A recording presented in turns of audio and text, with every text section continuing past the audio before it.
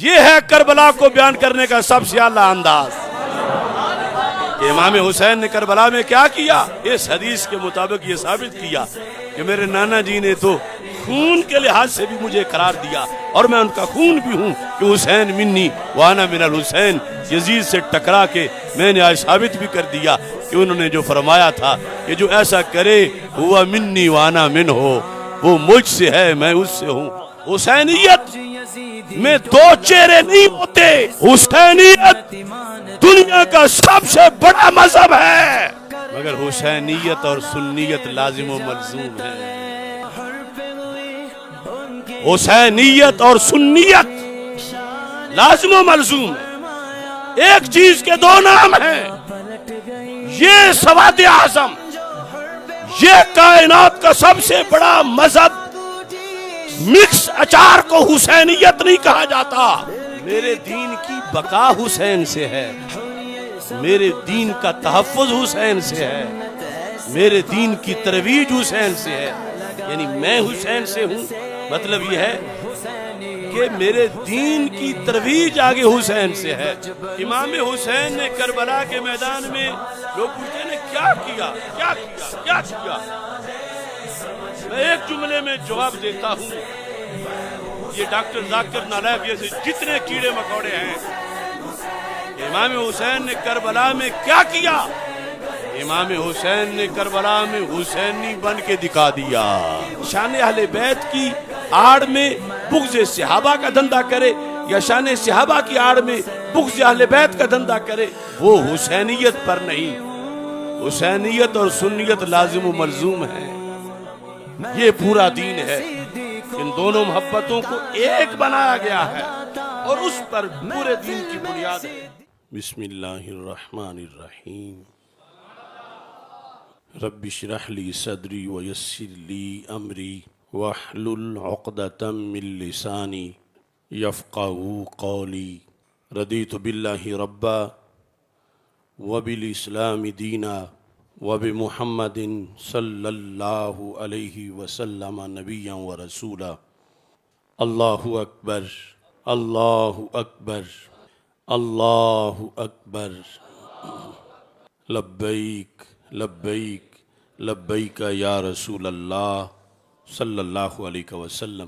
الحمدللہ رب العالمین والصلاة والسلام علی خاتم النبیین سید الرسل و خاتم المعصومین وعلی آلہ واصحابہ اجمعین. اما بعد فاعوذ باللہ من الشیطان الرجیم. بسم اللہ الرحمن الرحیم. انما یرید اللہ لیذہب عنکم الرجس اہل البیت ویطہرکم تطہیرا. صدق اللہ العظیم وصدق رسولہ النبی الکریم الامین. ان اللہ وملائکتہ یصلون علی النبی یا ایہا الذین آمنوا صلوا علیہ وسلموا تسلیما. الصلاۃ والسلام علیک یا سیدی یا رسول اللہ وعلی آلک واصحابک یا حبیب اللہ. الصلاۃ والسلام علیک یا سیدی یا خاتم النبیین وعلی آلک واصحابک یا سیدی یا خاتم المعصومین. مولاي صل وسلم دائما ابدا على حبیبک خیر الخلق کلہم.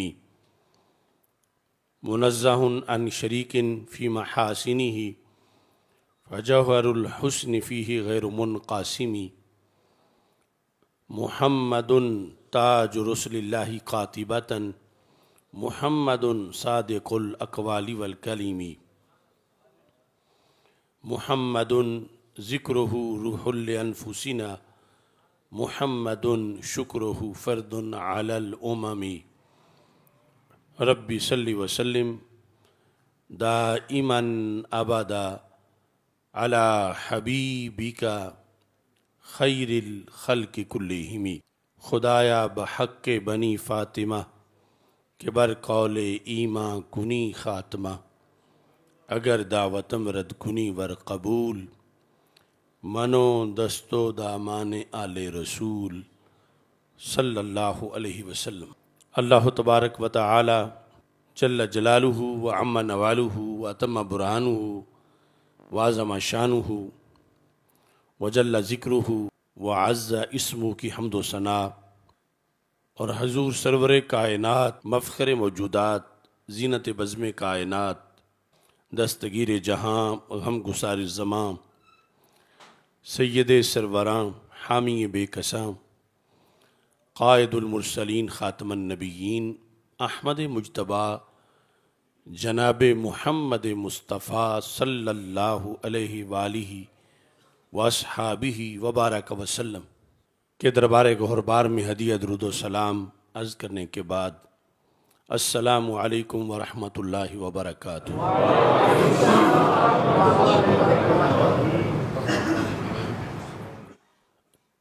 رب ذوالجلال کے فضل اور توفیق سے محرم الحرام کے مقدس لمحات میں شہدائے کربلا رضی اللہ تعالی عنہم کے ایصال ثواب اور ان کی یاد کے سلسلہ میں مرکز صراط مستقیم گوجرانوالا جامع مسجد رضا مجتبیٰ میں صدائے حسینیت کانفرنس کا انعقاد کیا جا رہا ہے۔ میری دعا ہے خالق کائنات جل جلالہ ہمیں صدائے حسینیت سننے، اسے سمجھنے اور اس پر عمل کرنے کی توفیق عطا فرمائے۔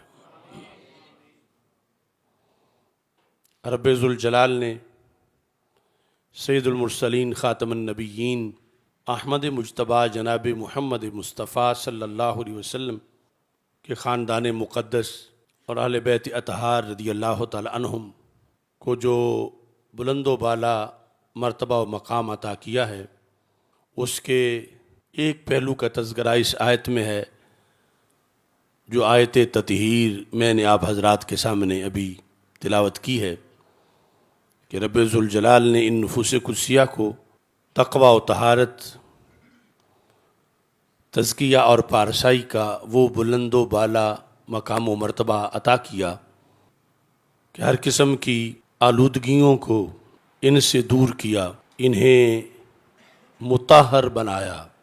ان نفوس قدسیہ میں سے امام علی مقام سیدنا امام حسین رضی اللہ تعالی عنہ کی ذات گرامی، کربلا کے میدان میں آپ نے تاریخ کا ایک منفرد قسم کا امتحان دیا، بلکہ اس ایک امتحان کے اندر کئی امتحانات تھے، اور رب ذوالجلال نے آپ کو اعلیٰ درجے کی کامیابی عطا فرمائی۔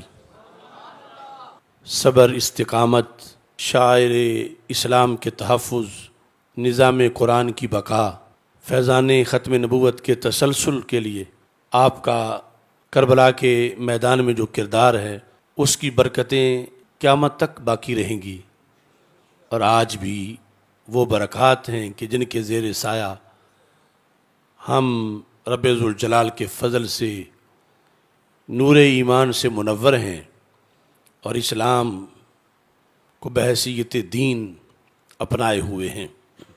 امام علی مقام رضی اللہ تعالی عنہ، آپ کی حسینیت کو سمجھنا اور اس پر عمل کرنا، یہ بندے کو حسینی بنا دیتی ہے۔ لیکن حسینیت کی دو قسمیں ہیں، ایک ہے نسب کے لحاظ سے حسینی ہونا، اور دوسرا ہے وصف کے لحاظ سے حسینی ہونا۔ تو ہمیں حکم ہے کہ ہم حسینیت اختیار کریں، کہ اس رستے پہ چلیں جو رستہ سیدنا امام حسین رضی اللہ تعالیٰ عنہ کا ہے، وہ عقائد رکھیں جو ان کے عقائد ہیں، وہ تعلیمات جو آپ نے دیں ان پر عمل کریں، اور جس کردار کے لیے آپ نے سب کچھ قربان کیا، وہ کردار ہم بھی اپنے سامنے رکھیں۔ اگرچہ اتنے بڑے کربلا اور اس کے امتحان کے تو ہم اہل نہیں ہیں، لیکن ہر بندے کے لیے کچھ آزمائشوں کے کربلا ہوتے ہیں، ان کے اندر وہ حضرت امام حسین رضی اللہ تعالیٰ عنہ کی استقامت اور آپ کے صبر کو سامنے رکھے۔ تو اس طرح جو شخص آپ کی اداؤں کو اپنانے کی کوشش کرتا ہے رب ذوالجلال پھر اس سے بھی پیار کرتا ہے۔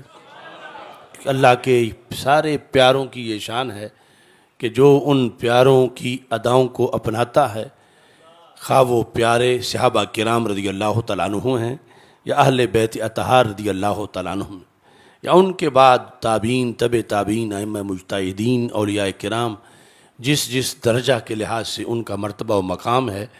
جس وقت ایک بندہ ان کے اعمال صالحہ اور ان کے معتقدات کی معیت میں زندگی بسر کرتا ہے تو رب ذوالجلال اسے بھی اپنا قرب عطا فرما دیتا ہے۔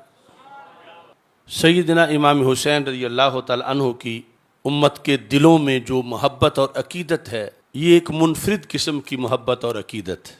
یقیناً اہل بیت اطہار رضی اللہ تعالیٰ عنہم کے ہر فرد اور صحابہ کرام رضی اللہ تعالیٰ عنہم کے ہر فرد سے محبت فرض کی گئی ہے، اور اس فرض سے کبھی بھی بندے کو چھٹی نہیں ملتی۔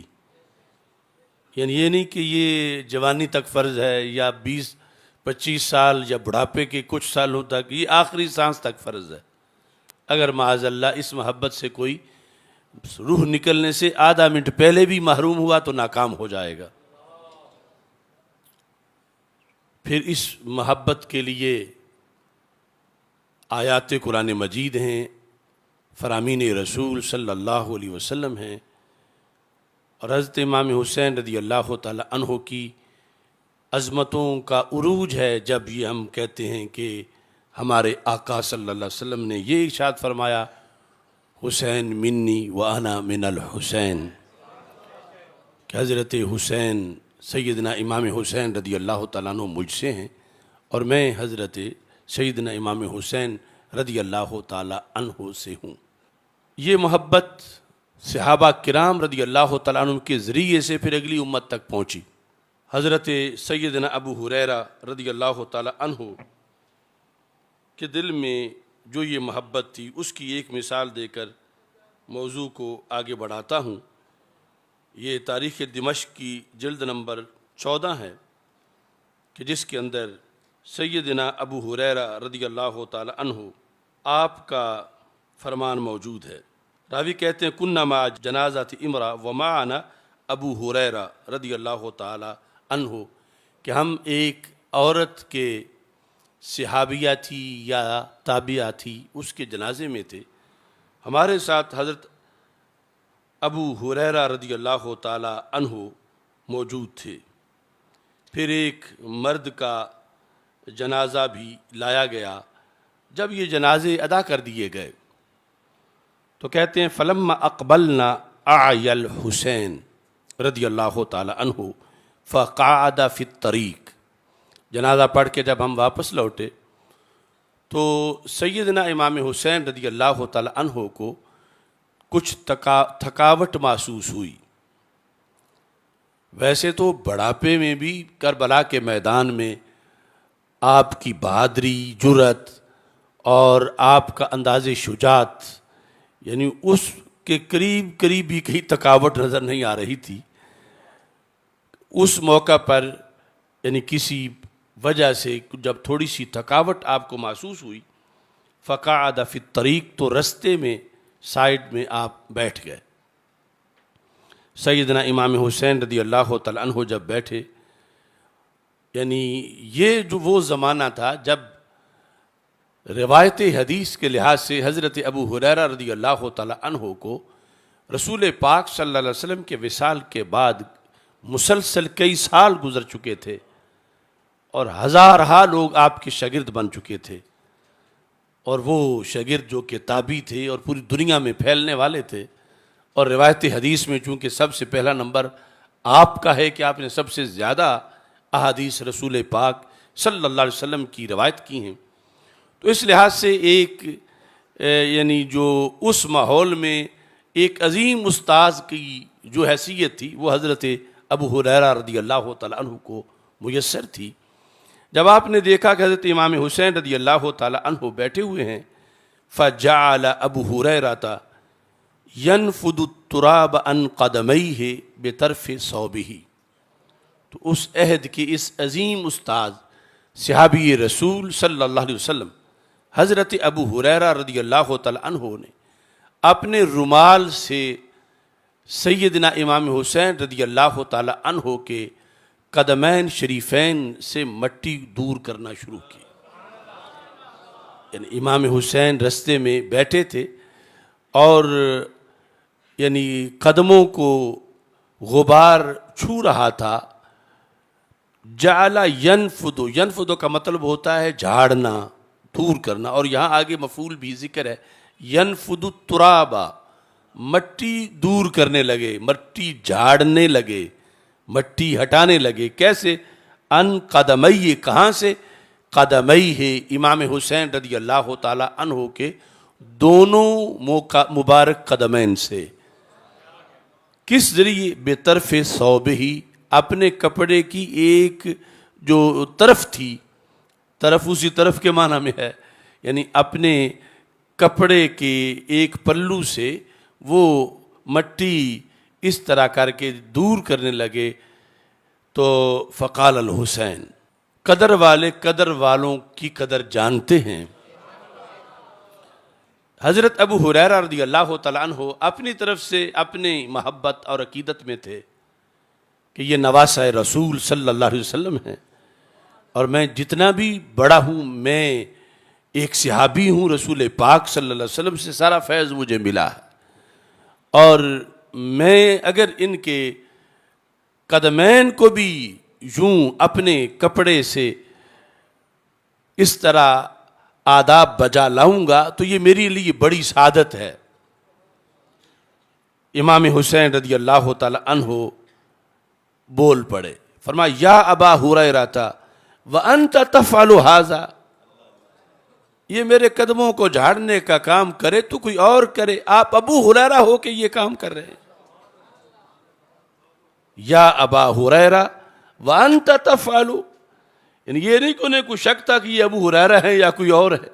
یعنی جس طرح ہمارے عرف میں بھی جانتے ہوئے جب کسی کو تعجب کی بنیاد پر کہ آپ ایسا کر رہے ہو، وانت تفعل، آپ یہ کام کر رہے ہیں، وانت ابو ہریرہ، آپ ابو ہریرہ ہیں اور آپ یہ کار کر رہے ہیں اس طرح. یعنی یہ خدمت کوئی اور سر انجام دے لے گا، کوئی بچہ، کوئی تابعی. آپ اتنے بزرگ ہیں، اتنے ہزاروں محدثین کے استاذ ہیں، ہزاروں احادیث کے راوی ہیں، اور آپ اس طرح کر رہے ہیں. قال ابو ہریرہ، اب یہ پورا مکالمہ ذکر ہے ابن عساکر کے اندر سند کے ساتھ. تو حضرت ابو ہریرہ کی اب باری تھی بولنے کی. تو حضرت ابو ہریرہ رضی اللہ تعالی عنہ بولے، کہتے ہیں دعنی، مجھے یہ خدمت کرنے دو. لگتا ہے کہ پہلے چونکہ ہم پاس تو نہیں تھے مگر لفظوں کی ویڈیو سے ہمیں معلوم ہوتا ہے کہ جب آپ فرماتے ہیں نا مجھے کرنے دو، دانی، مجھے اجازت دو، مجھے کرنے لینے دو، اس طرح، تو لگتا ہے کہ شاید امام حسین رضی اللہ تعالیٰ عنہ جب یہ فرمایا تھا کہ یا ابا ہریرہ وانت تفعل ھذا، شاید انہوں نے اپنے قدم کو سائڈ پہ کیے ہوں یا کھینچے ہوں کہ آپ اس طرح نہ کریں. تو ابو ہریرہ رضی اللہ تعالیٰ عنہ نے عرض کیا مجھے ایسا کرنے دو، مجھے ایسا کرنے دو. اور اس کے بعد پھر قسم اٹھا کے ایک جملہ بولا. حضرت ابو ہریرہ رضی اللہ تعالی عنہ نے کہنے لگے فواللہ لو یعلم الناس منک ما اعلم لحملوک علی رقابہم. اے حسین، ہر کسی کو آپ کا پتہ نہیں کہ آپ کی حقیقت کیا. اس معاشرے میں اتنا تو تعارف یقیناً ہر کسی کو ضرور تھا کہ یہ رسول اکرم صلی اللہ علیہ وسلم کے شہزادے ہیں، یہ رسول پاک صلی اللہ علیہ وسلم کی عظیم شہزادی سیدہ فاطمہ الزہرا رضی اللہ تعالی عنہا کے بیٹے ہیں، یہ حضرت مولا علی رضی اللہ تعالیٰ عنہ کے فرزند ہیں. لیکن حضرت ابو ہریرہ اس سے کہیں آگے کی بات کر رہے تھے. آپ فرماتے ہیں لو یعلم الناس منک ما اعلم، اگر آپ کے بارے میں لوگ وہ جان لیں جو میں جانتا ہوں تو کیا ہو، لحملوک علی رقابہم، تو اے حسین رضی اللہ تعالیٰ عنہ کا لوگ آپ کو اپنی گردنوں پہ اٹھا لیں، اپنے کندھوں پہ بٹھا لیں، اگر لوگوں کو وہ پتہ چلے جو کہ میں جانتا ہوں، یعنی مجھے جو آپ کی عظمت اور آپ کی فضیلت معلوم ہے، اگر لوگوں کو یہ معلوم ہو تو یہاں جس طرح آپ رستے میں بیٹھے ہیں تو میں تو صرف قدم ابھی جھاڑ رہا ہوں، لوگوں کو پتہ چلے تو کندھوں پہ اٹھا لیں کہ آپ کی عظمت کیا ہے، آپ کا مرتبہ و مقام کیا ہے۔ تو اس طرح یعنی امت کے اندر تواتر کے ساتھ پھر یہ شانیں، یہ رفعتیں، یہ مرتبے، ان کے تذکرے، اور یہی اصل مقصد ہے محافل کا، وہ پورے سال کی ہوں یا محرم الحرام کی ہوں، کہ ان مقدس ہستیوں کے ذکر سے بچپن سے ہی ایک دلوں کے اندر چاندنی اور روشنی اولادوں کو میسر ہو، اور نسل در نسل اسی لیے یہ محبت جو ہے وہ ہم تک پہنچی ہے۔ اور محبت تو ایک عام ولی کی جو ہے اس کا بھی اتنا مقام و مرتبہ ہے بخاری شریف میں کہ رب ذوالجلال نے حضرت جبریل علیہ السلام کو بلایا اور فرمایا انی احب فلانا فاحبہ۔ جب کوئی ولی پہلے دن ولایت کے منصب پہ پہنچتا ہے تو اللہ فرماتا ہے جبریل میں اس سے پیار کرتا ہوں، تو بھی اس سے پیار کر۔ اگر وہ سید نہ بھی ہو، ولی بن جائے تو اللہ فرماتا ہے میں اس سے پیار کرتا ہوں جبریل علیہ السلام کو، تم بھی اس سے پیار کرو۔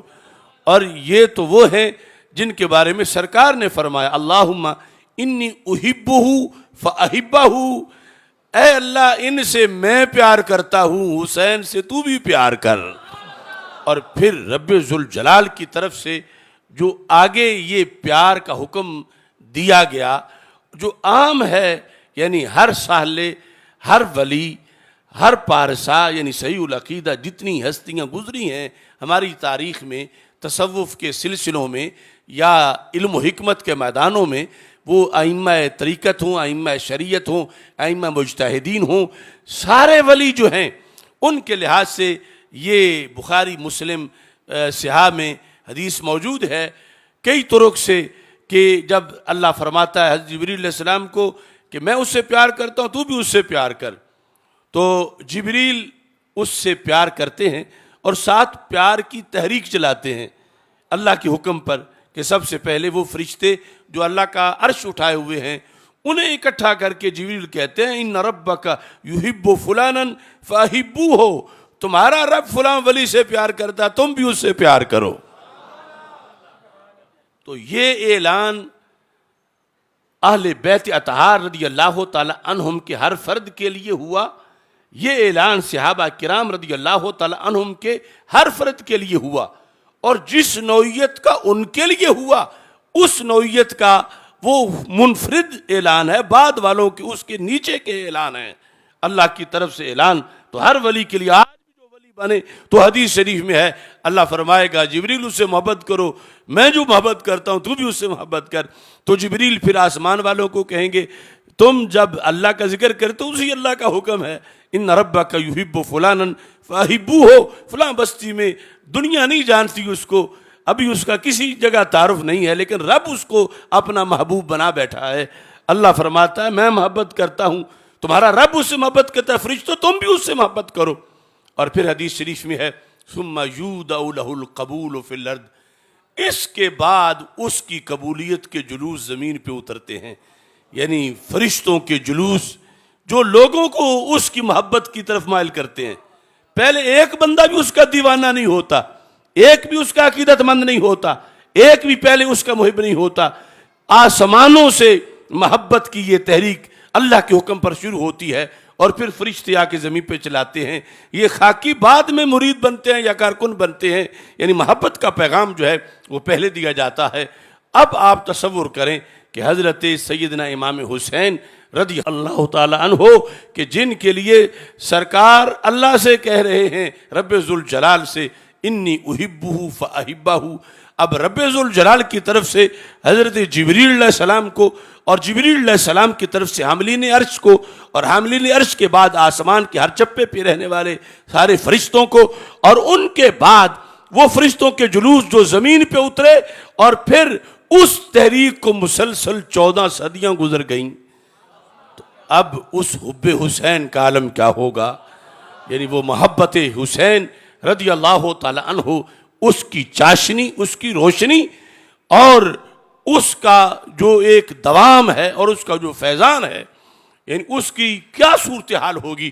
میں زیادہ چونکہ وقت اس میں گنجائش نہیں کہ اس کو کھول کے بیان کروں، میں اس کو چند شعروں کی شکل میں آپ کے سپرد کر رہا ہوں تاکہ پھر اسے ہمیشہ پڑھا جاتا رہے، اور یہی تقریباً آپ کے بچپن کے بھی جذبات ہوں گے، اور یہی کیفیت عقیدت اور احترام کے معاملات آپ کے بھی ہوں گے۔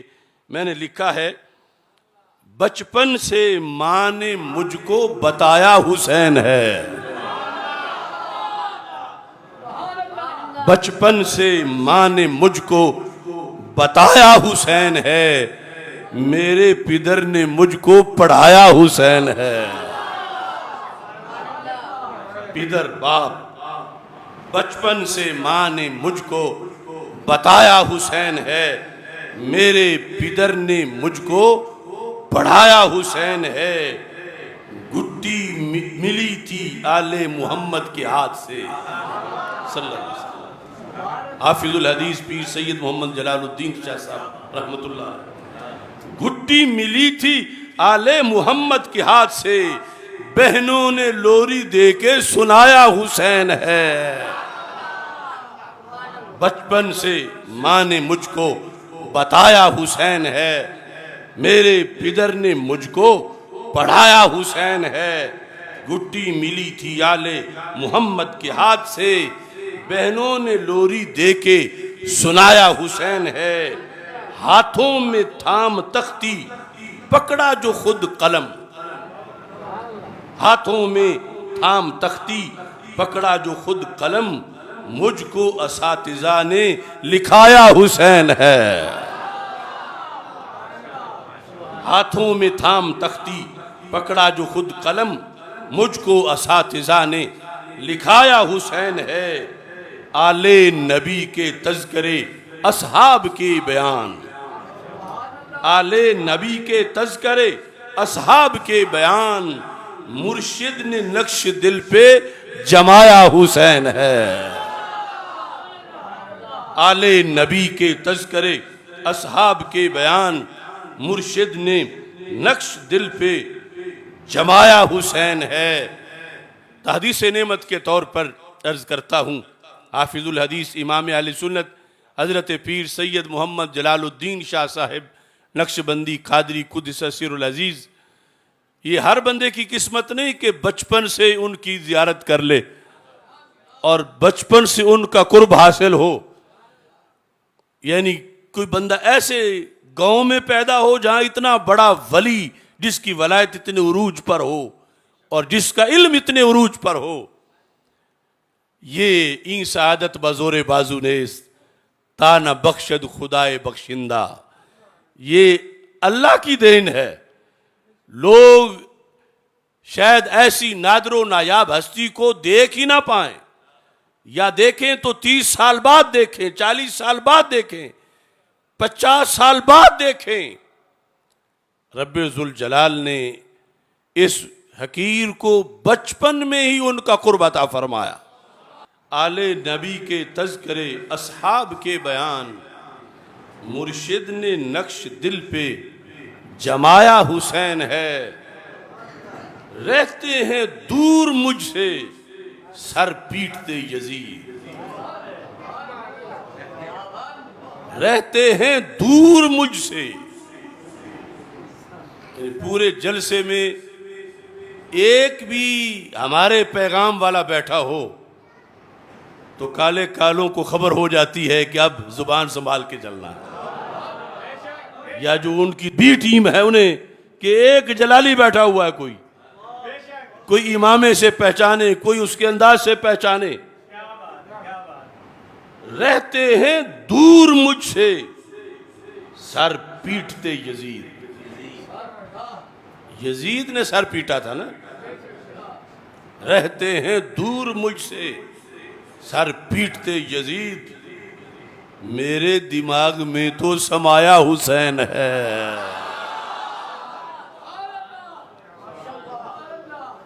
کیوں یزید دور رہتے ہیں؟ دور دور، بہت دور. کیونکہ ہر بندہ اپنی اپوزیشن سے دور رہنے کی کوشش کرتا ہے، دور بھاگتا ہے. تو جو یزیدیت پر ہیں انہیں ہمیں ہماری فکر، ہمارے پیغام، ہمارے مریدین، ہمارے تلامذہ، ہمارے کارکنان، ہمارے دوستوں ساتھیوں کو دیکھتے ہی یہ ہوتا ہے کہ ہم ان سے دور رہیں. رہتے ہیں دور مجھ سے سر پیٹتے یزید، میرے دماغ میں تو سمایا حسین ہے. حسینی ہی مانتا ہے صحابہ کی شان کو.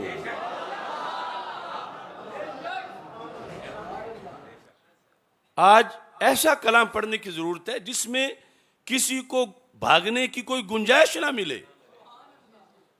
اب نقیب اور خطیب اور پڑھنے والے وہ روافض آ کے کچھ نوٹ دینے کے لیے بیٹھے ہوتے ہیں اور جدھر وہ چلاتے ہیں ادھر یہ چلنا شروع کر دیتے ہیں اور اس بنیاد پر صحابہ کا نام ترک کر دیتے ہیں، خلفائے راشدین کے نام ترک کرتے ہیں، عشرہ مبشرہ کے، حضرت امیر معاویہ رضی اللہ تعالیٰ عنہ کا تذکرہ. یعنی وہ سارا پیسوں کے ذریعے یا واہ واہ کے ذریعے سے ان کو موڑنا چاہتے ہیں. یہ مڑتے چلے جاتے ہیں. تو میں وہ کلام لکھ رہا ہوں، انشاءاللہ قیامت تک جب پڑھا جائے گا تو پھر وہی سنیں گے جن کے دل سنی عقیدے پر موجود ہوئے ہیں.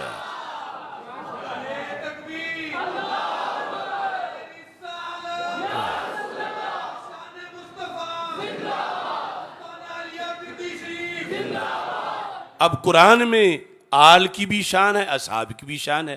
تو سنی تو سارا قرآن پڑھتا ہے. حدیث میں اہل بیت اطہار رضی اللہ تعالیٰ عنہ کی شان ہے اور صحابہ کرام رضی اللہ تعالیٰ عنہ کی شان ہے. تو سنی کو کہیں پریشانی نہیں ہوتی کہ وہ آیت نہ پڑھنا، فلاں چھوڑ دینا، فلاں پڑھنا، فلاں چھوڑ دینا. ایسا نہیں، سارا قرآن، سب حدیث سنت. تو ایسے ہی پھر آگے اگرچہ جدا گانا، اس کا یہ مطلب نہیں کہ جدا جدا منقبت جائز نہیں، یقیناً جائز ہے. مگر جب فتنہ آ جائے اور لوگ اس سے کچھ غلط راستے نکالنا شروع کریں تو پھر بچاؤ کی بھی تدبیر ضروری ہے. منقبت صرف ایک طرف کی بھی جائز ہے، اس میں کوئی اختلاف نہیں. مگر اس میں یہ ضروری ہے کہ سمجھا جائے کہ کہیں کوئی بیماری اگر پھیل رہی ہے تو بر وقت اس کا علاج بھی ہونا چاہیے تاکہ یہ بھی ثواب مل جائے.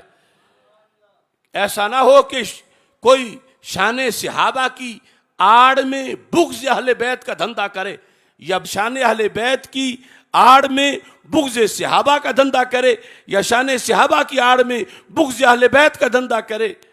چونکہ وہ حسینیت پر نہیں، حسینیت اور سنیت لازم و ملزوم ہیں. یہ پورا دین ہے. ان دونوں محبتوں کو ایک بنایا گیا ہے اور اس پر پورے دین کی بنیاد ہے. لِكُلِّ شَيْءٍ أَسَاسٌ وَأَسَاسُ الْإِسْلَامِ حُبُّ أَهْلِ بَيْتِ رسول اللہ صلی اللہ علیہ وسلم وَأَصْحَابِهِ. ہر چیز کی ایک بنیاد ہے اور اسلام کی بنیاد اہل بیت اور صحابہ رضی اللہ تعالی عنہم دونوں کی محبت کو مکس کر کے ایک چیز بنا کے اس پہ رکھی گئی ہے. اس لیے پڑھ رہا ہوں، حسینی ہی مانتا ہے صحابہ کی شان کو، ابو بکر و عمر نے کاندھے بٹھایا حسین ہے. حسینی ہی مانتا ہے صحابہ کی شان کو، ابو بکر و عمر نے کاندھے بٹھایا حسین ہے. آصف صدائے دین ہے آنا من الحسین، آصف صدائے دین ہے آنا من الحسین. میرے نبی کا مجھ پہ سایہ حسین ہے رضی اللہ تعالیٰ عنہ.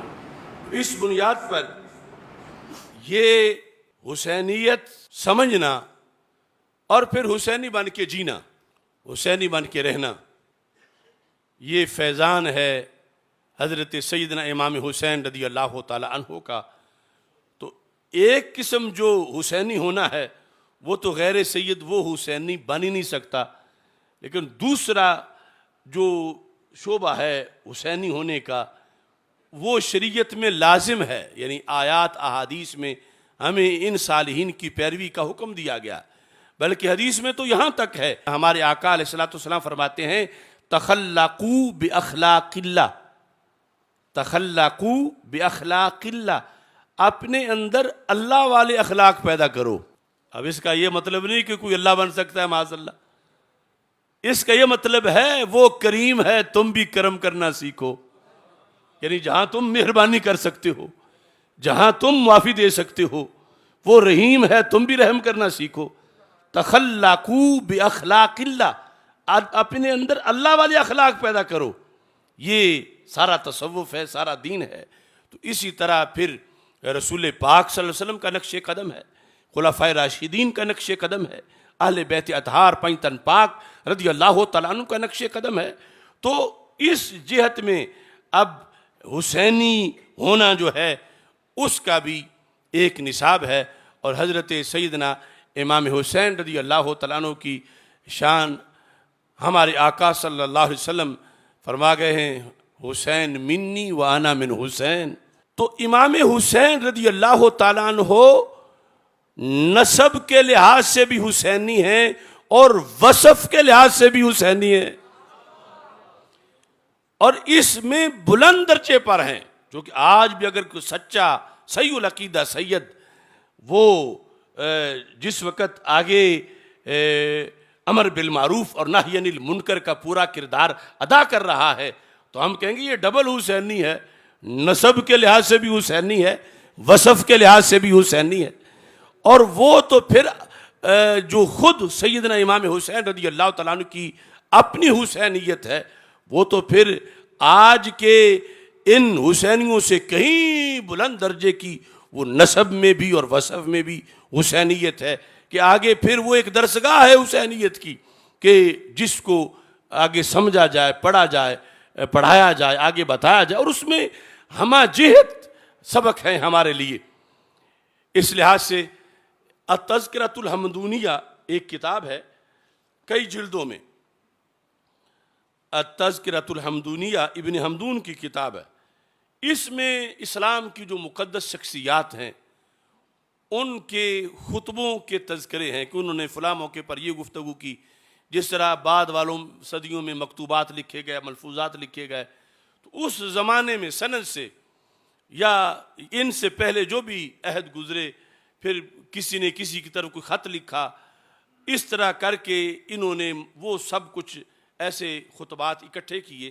تو التذکرۃ الحمدونیہ کی پہلی جلد میں حضرت امام حسین رضی اللہ تعالی عنہ آپ کا ایک خطبہ جو ہے وہ آج صدائے حسینیت کا خصوصی لنگر ہے، جو میں آپ کے سامنے پیش کر رہا ہوں۔ صفحہ نمبر 102 پر ہے، وَمِن كَلَامِ الحسین بن علی علیہ السلام ایھا الناس، سیدنا امام حسین بن علی رضی اللہ تعالی عنہما آپ کے کلام سے ایک اقتباس پیش کر رہا ہوں، اور لفظ ایسے ہیں جیسے کوزے میں ایک سمندر نہیں کئی سمندر بند کیے گئے ہوں۔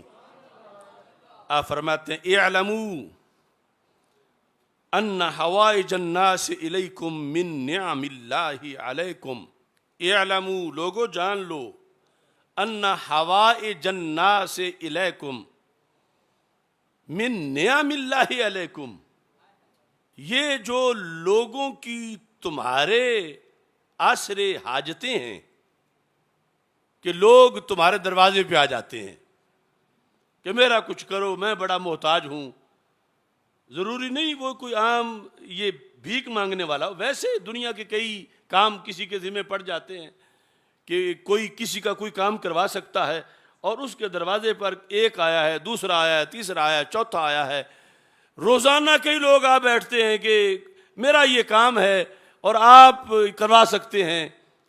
یہ شرط ہے کہ وہ جائز کام ہے اور آپ جائز طریقے سے وہ کروا سکتے ہیں، تو میرا یہ کام کرواؤ. اب اس میں آگے اس بندے کے جس کے دروازے پر لوگ اسے یہ سمجھ کے کہ یہ ہماری مشکلیں آسان کروا سکتا ہے یہ دنیا میں، آگے لوگوں کی دو قسمیں ہیں. ایک قسم ہے کہ اس سے اکتا نہ جائے، دوسری قسم ہے کہ اکتا جائے، جو عموماً یہی ہے کہ یہ میں آپ اپنے مسائل میں گھرا ہوا ہوں، یہ پھر میرے پاس آ بیٹھتے ہیں، مجھے کہتے ہیں یہ ان کی حاجتیں ہیں، یہ فلاں آیا ہے، فلاں آیا ہے، فلاں شہر سے آ گئے ہیں، فلاں جگہ سے آ گئے ہیں. تو مولا علی فرماتے ہیں اعلموا ان حوائج الناس الیکم من نعم اللہ علیکم، یہ جو لوگوں کی تمہارے آسرے حاجتیں ہیں کہ تم وہ پوری کروا سکتے ہو، ان کے ساتھ تعاون کر سکتے ہو، اسے بوجھ نہ سمجھو، یہ اللہ کی تجھ پر نعمتوں میں سے ایک نعمت ہے، یہ بوجھ نہیں ہے، اسے تم اپنے لیے نقصان دہ نہ سمجھو، اسے بوجھ نہ سمجھو. نعمت پر تو اللہ کا شکر ادا کرنا چاہیے، نعمت تو نعمت ہوتی ہے. تو امام حسین کی حسینیت میں یہ سبق بھی موجود ہے. آپ یہ ارشاد فرماتے ہیں اعلموا ان حوائج الناس الیکم من نعم اللہ علیکم، تجھ پر اللہ کی کئی نعمتیں ہیں، ان میں سے ایک نعمت یہ ہے جو لوگوں کے تمہارے ذریعے سے کام ہو جاتے ہیں اور وہ تجھے آ کے کہتے ہیں، خواہ کسی کی پرسنالٹی یا حیثیت اتنی ہو کہ ایک کام کروا سکے، کسی کی 1000 کروا سکے، کسی کی ہے کہ چھوٹا سا کروا سکے، کسی کی ہے کہ بہت بڑا بھی کروا سکے، لیکن ان سب کے لیے جس درجے میں بھی کوئی کسی کا مسئلہ حل کروا دیتا ہے اور لوگ اس کے پاس اس نیت سے آ جاتے ہیں، تو امام حسین رضی اللہ تعالیٰ عنہ فرماتے ہیں یہ اللہ کی تجھ پر ایک نعمت ہے، اور نعمت کی ناشکری نہیں کرنی چاہیے، نعمت کا شکر ادا کرنا چاہیے. اب یہ ہماری عملی زندگی میں ہم میں سے ہر بندے کے لیے یہ سبق ہے، یعنی پورے مجمع میں ایک بھی ایسا نہیں کہ جس کے لیے، جس کے در پر، جس کے پاس کسی کا کوئی فون یا کوئی کام یا کسی کے لیے کوئی اسے نہ کہتا ہو.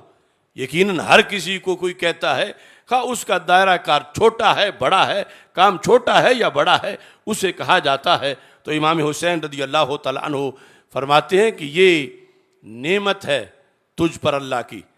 عمومی طور پر یہ شوق ہوتا ہے کہ ہمیں پتہ چلے کہ امام حسین جمعہ پڑھاتے تھے تو کیا تقریر کرتے تھے، وہ خطبہ دیتے تھے تو کیا تقریر کرتے تھے، اور ہمارا یہ شوق ہے کہ ہم ڈھونڈ کے عوام کو پیش کریں ہر سال ہر موقع پر ایک نیا تحفہ، اور پھر وہ پوری دنیا میں چلے رائج ہو اللہ کے فضل سے کہ اتنے بڑے ہمارے یہ مقتدا اور پیشوا ہیں، ان کے افکار کتنے بلند و بالا ہیں اور ایک ایک جملہ کتنا قیمتی ہے.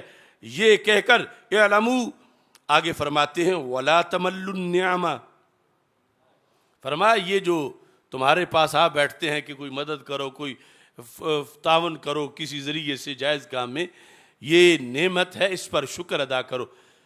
آگے وَلَا تَمَلُّوا النِّعْمَ، فرمایا نعمت سے تھک نہ جاؤ، کیونکہ جو عمومی روٹین ہے وہ ہے تھکنے کی.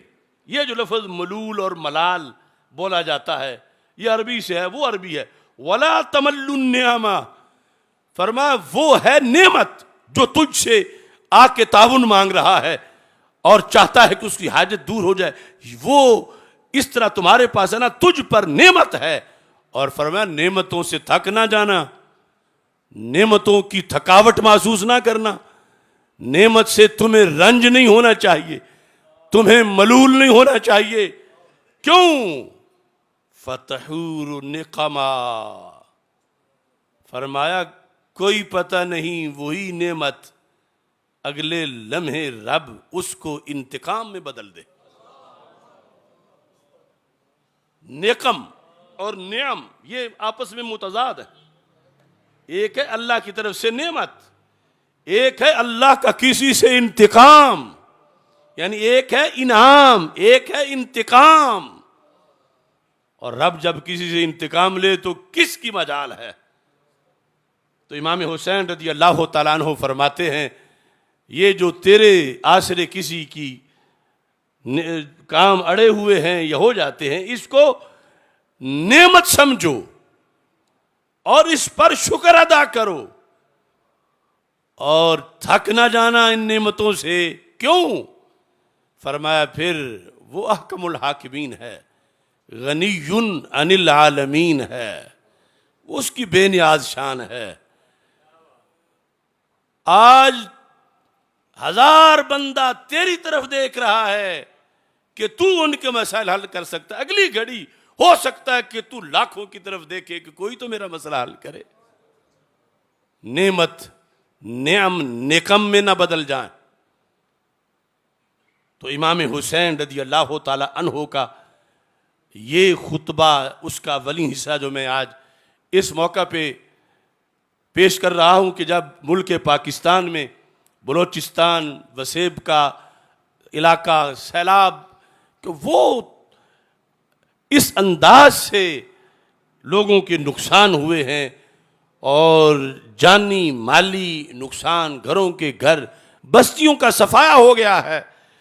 اب ایسے میں یعنی ان کی حاجات ہیں، بہت زیادہ حاجات ہیں، وہ کسی سے تعاون چاہتے ہیں یا خود کوئی سمجھتا ہے کہ یہ محتاج، اب ان سے تعاون کیا جائے.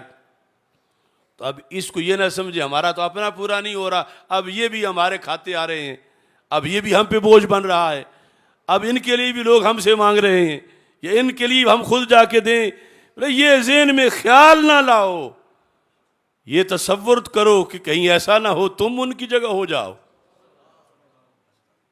اللہ بچائے، رب محفوظ رکھے. اس کے فیصلوں کے آگے کھڑا کون ہو سکتا ہے؟ اس کے سامنے کس کا زور چلتا ہے؟ اگر آپ سیلاب سے بچے ہوئے تو یہ کیا یہ تمہارا زور بازو ہے؟ نہیں، یہ تو اسی کا فضل ہے، اور وہ جو چاہے جیسے کرے. تو اس پر امام حسین رضی اللہ تعالیٰ عنہ فرماتے ہیں اس کو تم اپنے اس سے تھک نہ جانا، کیونکہ کوئی پتہ نہیں کہ وہ وقت کب آ جائے.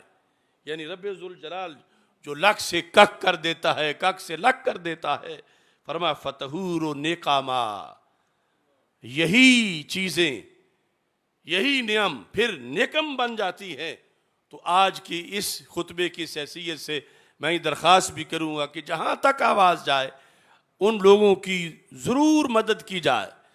یعنی جو کچھ تعاون کیا جا رہا ہے وہ ابھی بہت ناکافی ہے اور ان کے ناگفتہ حالات ہیں.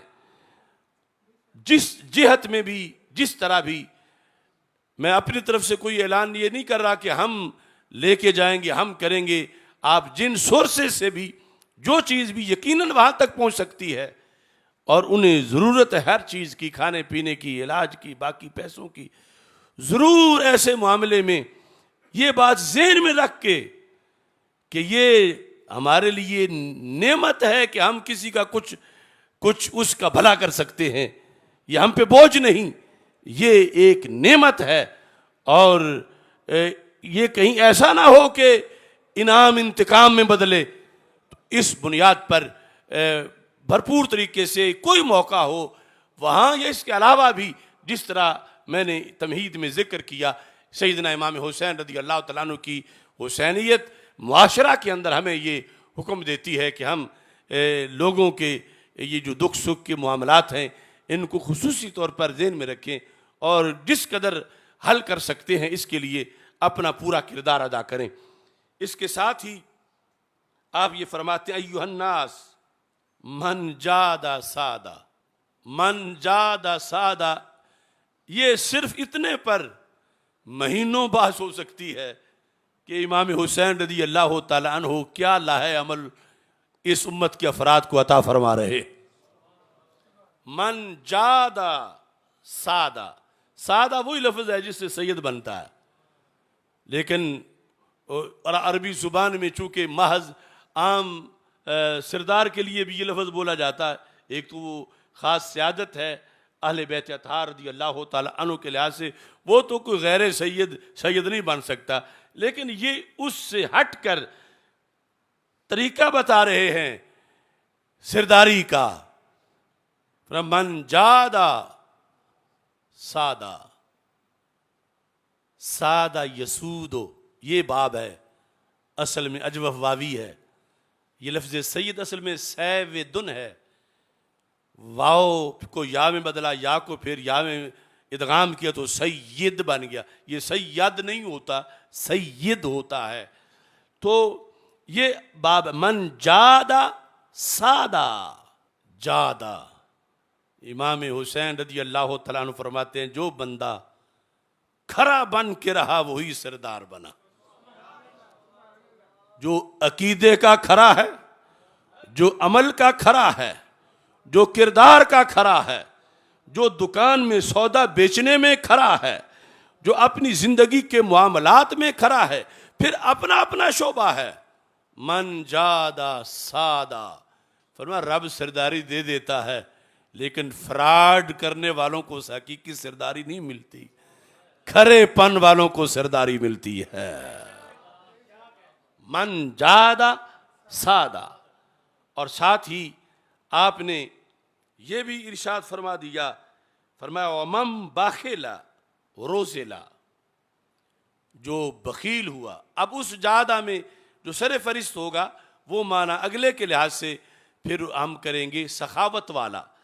جس نے جود کیا سردار بنا، جس نے سخاوت کی سردار بنا، جس نے سخاوت کی، جود و سخا جادہ، جس نے سخاوت کی سردار بنا. ومن باخلا روزلا، اور جس نے بخل کیا ذلیل ہوا. یہ پیروں کے پیروں کے پیروں کے پیروں کے پیروں کے پیر کا بیان رکھے. یعنی یہ ہے سب تصوف، یہ ہے سب دین، یہ حسینیت کے سبق. من باخلا روزلا وَإِنَّ أَجْوَدَ النَّاسِ مَنْ أَعْطَى مَنْ لَا يَرْجُوهُ.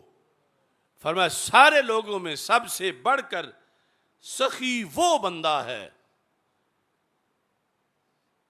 اب بڑا عجیب نکتہ ہے، اب سب آپ انتظار میں ہوں گے جو عربی نہیں جانتے کہ کون سا سب سے بڑا سخی ہے کہ جو کروڑ دے، جو اربوں روپے دے. امام حسین رضی اللہ تعالیٰ عنہ فرماتے ہیں من آتا ما لا یرجوہ، جس بندے کو تجھ سے کوئی امید نہ ہو، جو ایسوں کو دے وہ بڑا سخی ہوتا ہے. جنہیں تم سے امید ہی کوئی نہیں کہ اس نے کبھی میرے ساتھ تعاون کرنا ہے. دیکھو نا عجیب بات، ایک تو ہے نا امیدیں لگا کے بیٹھے ہیں، ان کو دینا بھی سخاوت ہے، نیکی ہے، انہیں ضرورت ہے. لیکن وہ لوگ جنہیں کسی وجہ سے وہ جانتا ہو نہ ہو کہ تمہارے پاس پیسے ہیں، یا جانتا نہ ہو کہ تم یہ وصف رکھتے ہو، یا جانتا نہ ہو کہ تم اس پہ مہربانی کرو گے. امام حسین فرماتے ہیں جو تجھ سے امید نہ رکھتا ہو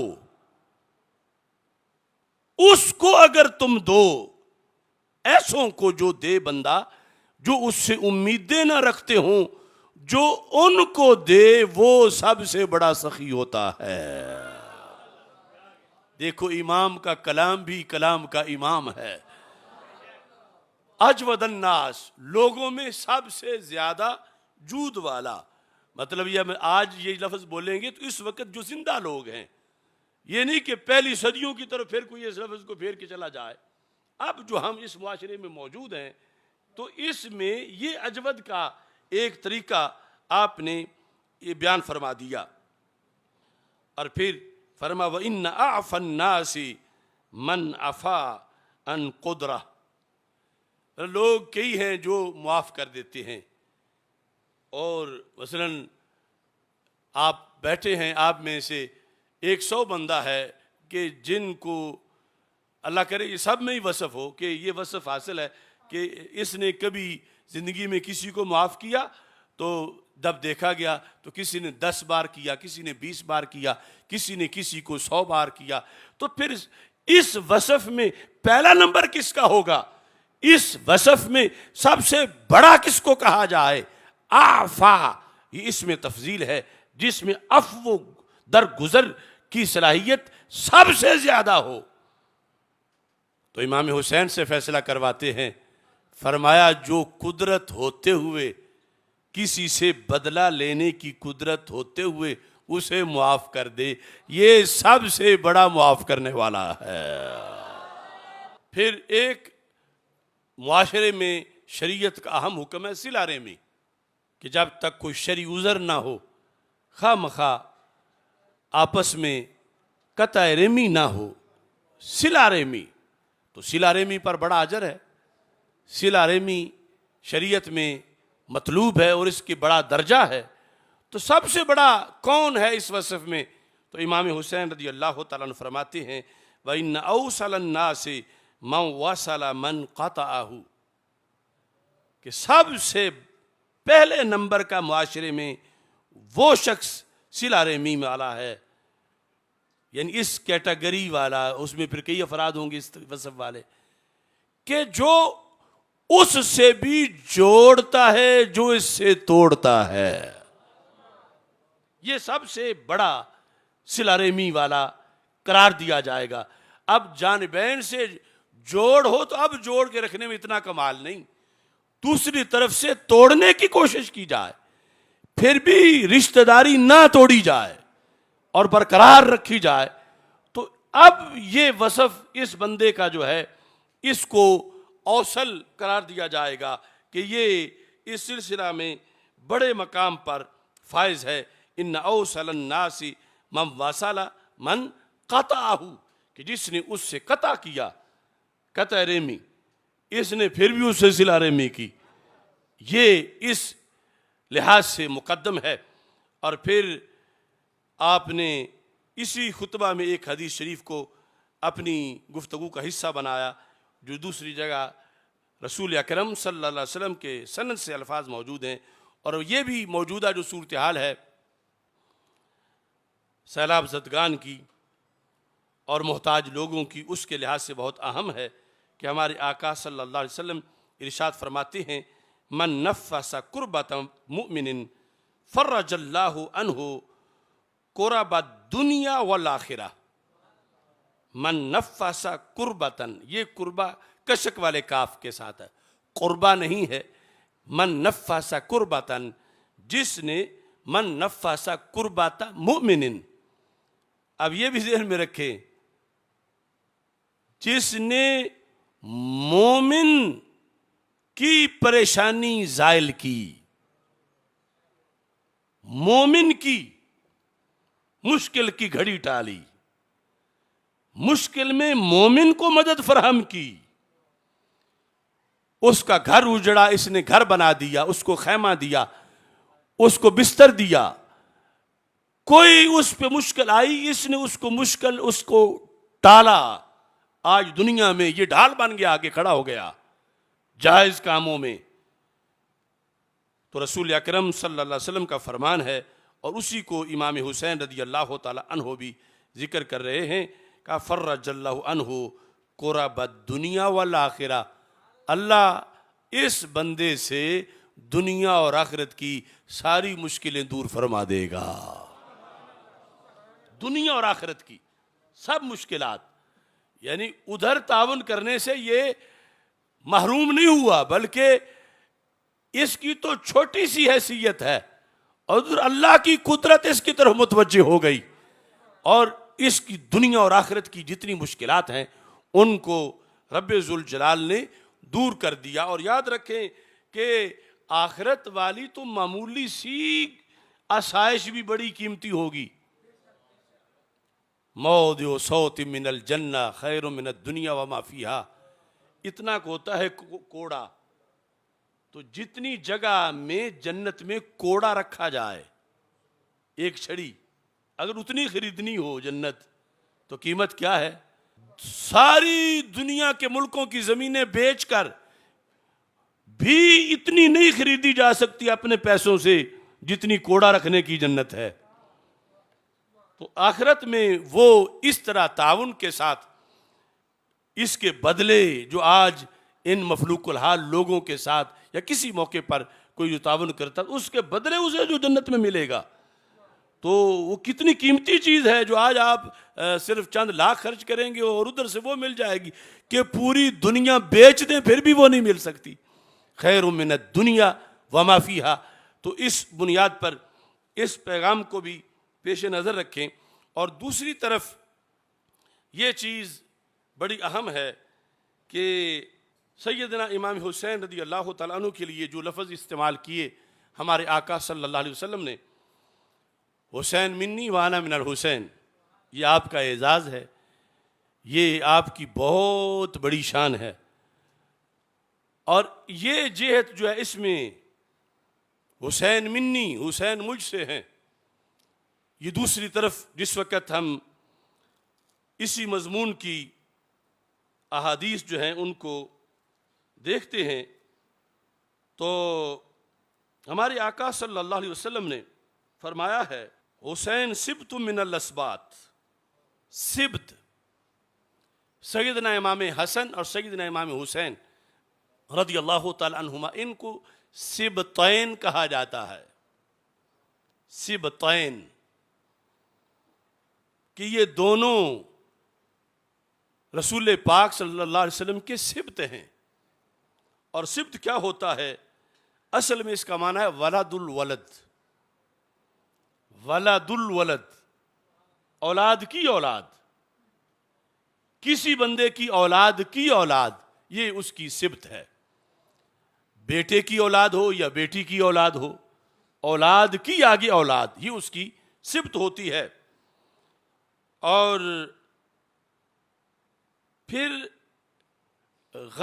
جو اس کا جو زیادہ استعمال ہوا وہ بیٹی کی اولاد پہ ہوا، یعنی اصل تو بیٹے کی اولاد کو بھی سبت کہا جا سکتا ہے، بیٹی کی اولاد کو بھی سبت کہا جا سکتا ہے، لیکن جو غلبہ استعمال ہے اس میں پھر اس کا استعمال جو ہے بیٹیوں کی اولاد پہ ہوتا ہے۔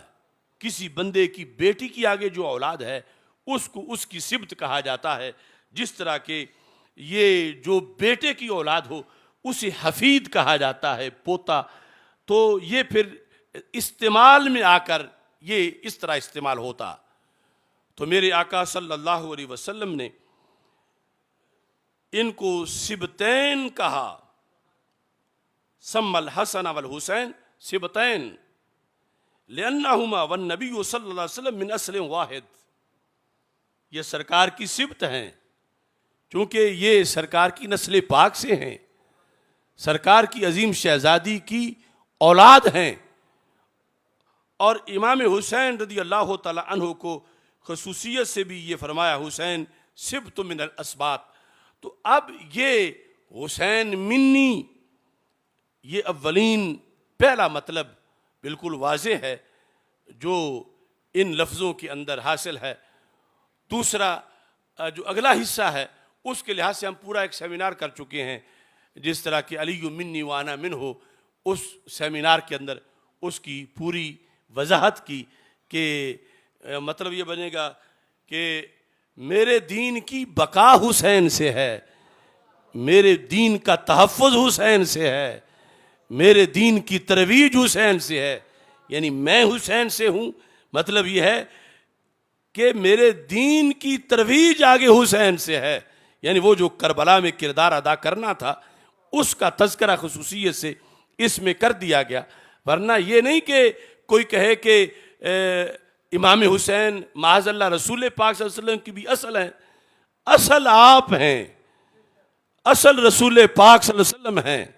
تو اس اصل کو بیان کر کے فرمایا حسین منی، اور پھر آنا من الحسین، یہ ہے کہ رسول پاک صلی اللہ علیہ وسلم کے نسب میں اوپر تو دیگر شخصیات ہیں اور یہ نیچے اولاد میں ہیں، لیکن سرکار یہ فرما رہے ہیں کہ جس طرح امت، دین، قوم، کئی جگہ سرکار ان کا کی جگہ اپنا نام لے لیتے ہیں اور قرآن میں جس طرح کے امت کے گناہوں کو نسبت سرکار کی طرف کر دی کہ سرکار کا تو کوئی گناہ نہیں ہے، لیغفر لک اللہ ما تقدم من ذنبک، تو جس طرح یعنی بڑے کی طرف منسوب کر دیا جاتا ہے، تو یہاں میرے آقا صلی اللہ علیہ وسلم نے جو قیامت تک کے لیے کربلا کے ذریعے دین کو بقا ملنی تھی امام حسین رضی اللہ تعالیٰ عنہ کے کردار سے، تو سرکار نے فرما دیا آنا من الحسین، کہ میرے دین کی بقا حسین ہے، میرے دین کی ترویج حسین سے ہے۔ اور پھر اس میں ایک پورا کردار دیا امت کو کہ وہ اپنے اپنے زمانے میں وہ کردار ادا کریں، اور جب وہ بھی یہ کردار ادا کریں گے تو میرے آقا علیہ السلام نے ان کے لیے بھی یہ لفظ بولے، خواہ وہ صحابہ ہوں، خواہ وہ تابعین ہوں، خواہ وہ تبع تابعین ہوں، خواہ وہ قیامت تک ہوں، اگرچہ وہ اس وصف میں بھی درجہ حسین میں تو نہیں ہوں گے، وہ حسین منی ہونے میں بھی منفرد، وہ آنا من الحسین میں بھی پھر بھی منفرد، لیکن آگے یہ حسینیت کا ایک کورس خود زبان رسالت نے معین کیا، اور وہ لفظ پڑھ کے اس بنیاد پہ میں کہہ رہا ہوں کہ ایک ہے آج امت کا حسینی ہونا، عام لوگوں کا حسینی ہونا، اور ایک ہے سید کا حسینی ہونا، وہ نسب کے لحاظ سے بھی حسینی، وہ وصف کے لحاظ سے، اگر وصف آج والے کے لحاظ میں وہ موجود ہے تو حسینی، اور دوسری طرف امت کا فرد، خواہ وہ مزدور ہے، خواہ وہ کسان ہے، خواہ وہ بالکل مفلوق الحال کسی بندے کا بیٹا ہے، لیکن عقیدہ اس کا صحیح ہے، عمل اس کا صحیح ہے، وہ امر بالمعروف اور نہی عن المنکر کا فریضہ پورا سر انجام دے رہا ہے، تو میرے آقا صلی اللہ علیہ وسلم نے اتنا اس کو اپریشیٹ فرمایا، اتنا پیار کیا کہ محبوب نے اسے بھی کہہ دیا یہ بھی مجھ سے ہے۔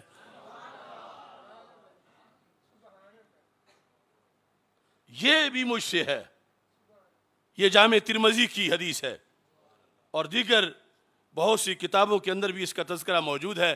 اب یہ بھی کوئی، چونکہ دوسرا طبقہ جو چور اور ڈاکو ہے، وہ ہر بات کو پھر غلط رنگ دینے کی کوشش کرتا ہے، وہ کہے کہ دیکھو اب یہ سیدوں کے ہم پلہ اوروں کو بنا رہے ہیں، کوئی غیر سید سید نہیں بن سکتا، مگر آج بھی غیر سید حسینی بن سکتا ہے، یعنی وصف اور کردار کا حسینی، اور یہ تو پوری امت کو سبق دیا گیا، جیسے وصف اور کردار میں آج صدیقی بن سکتا ہے، فاروقی بن سکتا ہے، عثمانی بن سکتا ہے، وصف اور کردار میں عدوی بن سکتا ہے، مرتضوی بن سکتا ہے، مصطفی بن سکتا ہے، وصف اور کردار میں حسینی بھی بن سکتا ہے۔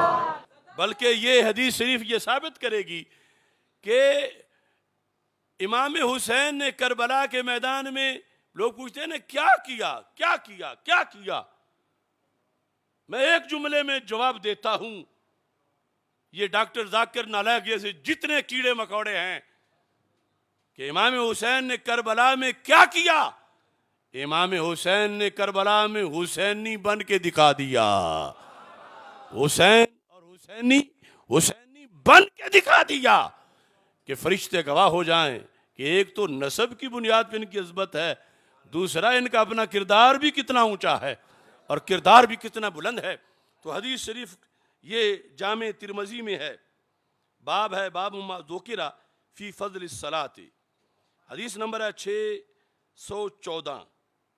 614 نمبر حدیث جو ہے، یہ صرف اس ترمذی میں ہی نہیں، یہ مسند امام احمد میں بھی ہے، یہ مجمع الزوائد میں بھی ہے، یہ مصنف عبد الرزاق میں بھی ہے، یہ امام طحاوی کی مشکل الاثار میں بھی ہے، یہ مستدرک کی حاکم میں بھی ہے، یہ بہقی کی دلائل النبوہ میں بھی ہے، یہ الترغیب والترہیب میں بھی ہے، اس طرح یعنی بے شمار اس کی حوالہ جات ہیں۔ حضرت کعب بن عجرہ رضی اللہ تعالیٰ عنہ روایت کرتے ہیں، وہ کہتے ہیں قال علی رسول اللہ صلی اللہ علیہ وسلم، مجھے رسول پاک صلی اللہ علیہ وسلم نے یہ ارشاد فرمایا، اعیذک باللہ یا کعب بن عجرہ من امراء یکونون من بعدی، میں تجھے اللہ کی پناہ میں دیتا ہوں ایسے حکمرانوں سے جو بعد میں ہوں گے، یعنی قیامت تک کے لیے پھر آگے حکمران بادشاہ اور امت مسلمہ کی عوام، ان کے کردار کو بیان کیا. قیامت تک دو طرح کا کردار چلے گا بادشاہوں کے لحاظ سے عوام کا، اور اس کے دو نام رکھے جائیں گے، یا وہ کردار حسینی ہوگا یا پھر وہ کردار یزیدی ہوگا. یعنی ایک تو ہے نا خود بادشاہوں میں حسینی اور یزیدی کردار، ایک ہے رعایا میں، علماء میں، پیروں میں حسینی اور یزیدی کردار. تو میرے آقا صلی اللہ علیہ وسلم کے یہ الفاظ آپ ارشاد فرماتے ہیں، میرے بعد حکمران ہوں گے، فمن غاشی ابوابہم، جو بندہ ان کے دروازے پہ گیا. غاشیہ کا لغوی معنی ہوتا ہے ڈھانپ لینا، یعنی اتنا رش کیا ہوا ہے. جب پنجابی میں کہتے ہیں تو چڑھ آئے ہیں اتے آ گئے ہیں، یعنی پسند نہیں ہے آنا. فمن غاشی ابوابہم، کہا جاتا ہے نا بئس الفقیر علی باب الامیر، برا فقیر وہ ہے جو امیر کے دروازے پہ جا بیٹھے. اس لیے لوگ بادشاہوں کے درباروں سے دور رہے اسلاف ہمارے. اور آج ایک دھیلے کا فائدہ جہاں نظر آتا ہے، آج کے برائلر صوفی اور برائلر پیر وہاں اس دھیلے کے لیے بھی جا رہے ہیں. اب پتہ نہیں ضرب کہاں کہاں لگ گئی ہے جا کے. میرے آقا صلی اللہ علیہ وسلم ارشاد فرماتے ہیں کہ بادشاہ ہوں گے. اب یہاں کافر بادشاہوں کی بات نہیں ہو رہی، شمار مومنوں میں سے ہی ہوں گے. فرمایا جو ان کے دروازے پر گیا، اب جانا اتنا بڑا جرم نہیں، جایا ویسے تو اچھے کام کے لیے بھی جا سکتا ہے، کیونکہ اگلی حدیث میں ہے جائے، اس کا اگلا حصہ جائے یا نہ جائے، جانا امر بالمعروف کے لیے، مگر وہ انداز اور ہوتے ہیں امر بالمعروف والے، اور بھیک مانگنے والے انداز اور ہوتے ہیں. تو میرے آقا صلی اللہ علیہ وسلم نے اصل جرم پھر بتایا کہ بادشاہوں کی ہواری. فرمایا فصدقہم فی کذبہم، جو بادشاہوں کے درباروں میں جائیں گے اور ان کے جھوٹ کی تصدیق کریں گے، جھوٹ کی تصدیق کریں گے. اب یہ قیامت تک جانے والا دن، اب اس حدیث کو اپنے اوپر، اپنے ماحول میں، اپنے سے پہلے یہ گزرے ہوئے سال یا اس وقت، کیونکہ ہم نے آج صدائے حسینیہ سمجھنی ہے. فرمایا جو ان بادشاہوں کے جھوٹ کا معامل بن گیا، بادشاہ نے جھوٹ بولا، نواز شریف نے، یہ ساتھ ہو گئے. عمران خان نے جھوٹ بولا، یہ ساتھ ہو گئے. زرداری نے جھوٹ بولا، پرویز مشرف نے جھوٹ بولا، یہ ساتھ ہو گئے. فمن صدقہم، لوگ کہتے ہیں اتنے میں کیا ہو جاتا ہے، اتنے میں کیا ہو جاتا ہے. سرکار فرماتے ہیں فصدقہم فی کذبہم اور کاذبہم وَأَعَانَهُمْ عَلَىٰ ظُلْمِهِمْ، گیا اور پھر ان کے جھوٹ کی تصدیق کر دی. گیا اور کیا ان کے ظلم کا معاون بن گیا. کوئی یہ نہ کہے کہ اس نے جو بندے مارے تھے وہ رائفل میرے پاس تو نہیں تھی، نہیں، جو ووٹ دے کے اسے کرسی پہ بٹھایا اور اس نے مارے. یہ ہے تعاون.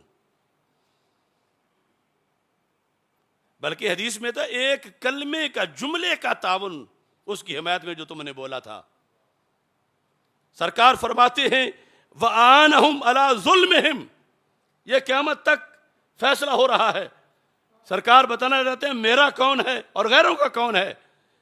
فرمایا جو ان کے دروازے پہ گیا، جس نے ان کے جھوٹ کی تصدیق کی، جس نے ظلم پر ان کا تعاون کیا، سرکار کے لفظ ہیں فلیس منی ولست منہ،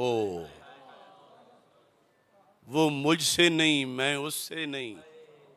لیسا منی، لیسا منی، لست منہ، وہ مجھ سے نہیں، میں اس سے نہیں، وہ مجھ سے نہیں، میں اس سے نہیں. یہ ہے حسینیت کی نفی کہ وہ پھر حسینی نہیں، وہ مجھ سے نہیں، میں اس سے نہیں. ٹیکسٹ لفظ حدیث کے وہ مجھ سے نہیں، میں اس سے نہیں. تو محبوب کیا 15ویں صدی میں بھی ایسا ہو سکتا ہے کہ کوئی جگر پگھلائے، دن رات محنت کرے، طوفانوں کے سامنے ڈٹ جائے، امر بالمعروف کرے، نہی عن المنکر کرے، بادشاہوں کے ہر لفظ کی تردید کرے، ان کے ظلم کے خلاف کھڑا ہو جائے، کیا اسے فرما دو گے کہ وہ مجھ سے ہے میں اس سے ہوں؟ اسے تو فرما دیا کہ جس نے جھوٹ، بادشاہوں کے جھوٹ کی تصدیق کی، وہ مجھ سے نہیں میں اس سے نہیں۔ جس نے ان کے ظلم پر ان کے ساتھ تعاون کیا، وہ مجھ سے نہیں میں اس سے نہیں۔ اگلا حصہ اگر نہ بھی ہوتا تو درجنوں ایسی حدیثیں ہیں جہاں اس انداز میں اگلا خود لکھا جا سکتا ہے، لیکن یہاں زبان رسالت نے خود اگلا حصہ بولا، صرف قیاس پہ نہیں رہنے دیا۔ اب جو اگلا ہے یہ ہے حسینی، اس کے حسینی ہونے میں پھر کوئی شک ہے جسے سرکار فرمائے یہ مجھ سے ہے میں اس سے ہوں، اور وہ حسینیت پھر سمجھ آئے گی کہ امام حسین نزلی حسینی کربلا میں انہوں نے ثابت کیا حسینیت کیا ہوتی ہے۔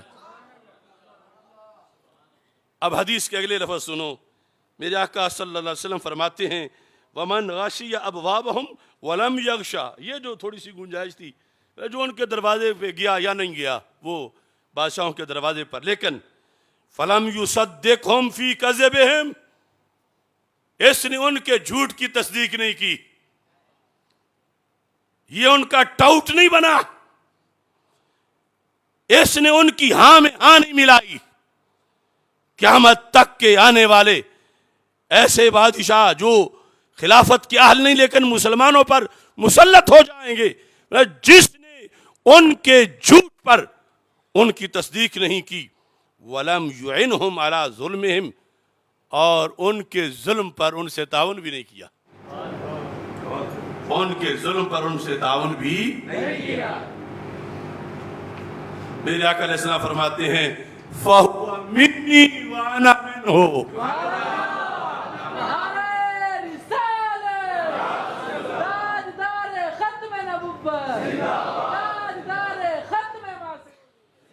لفظ سنو نا حدیث کے، اتنے حوالے میں نے ذکر کیے، فَهُوَ مِنِّي وَأَنَا مِنْهُ، فَهُوَ مِنِّي وَأَنَا، بیٹا اگرچہ مزدور کا ہے، کسان کا ہے، لوہار کا ہے، کمہار کا ہے، صحیح العقیدہ ہے، مگر اور امر بالمعروف کرتا ہے، نہی عن المنکر کرتا ہے، وقت کے یزیدوں کے سامنے ڈٹ جاتا ہے، ان کی ہاں میں ہاں نہیں ملاتا، ان کا ایجنٹ نہیں بنتا، میرے نبی علیہ السلام فرماتے ہیں فَهُوَ مِنِّي وَأَنَا مِنْهُ، وہ مجھ سے ہے میں اس سے ہوں۔ یہ حدیث پہلے نمبر پہ دلیل ہے کہ میرے آقا صلی اللہ علیہ وسلم نے قیامت تک کے لیے وصفی حسینی بننے کی امت کو دعوت دی۔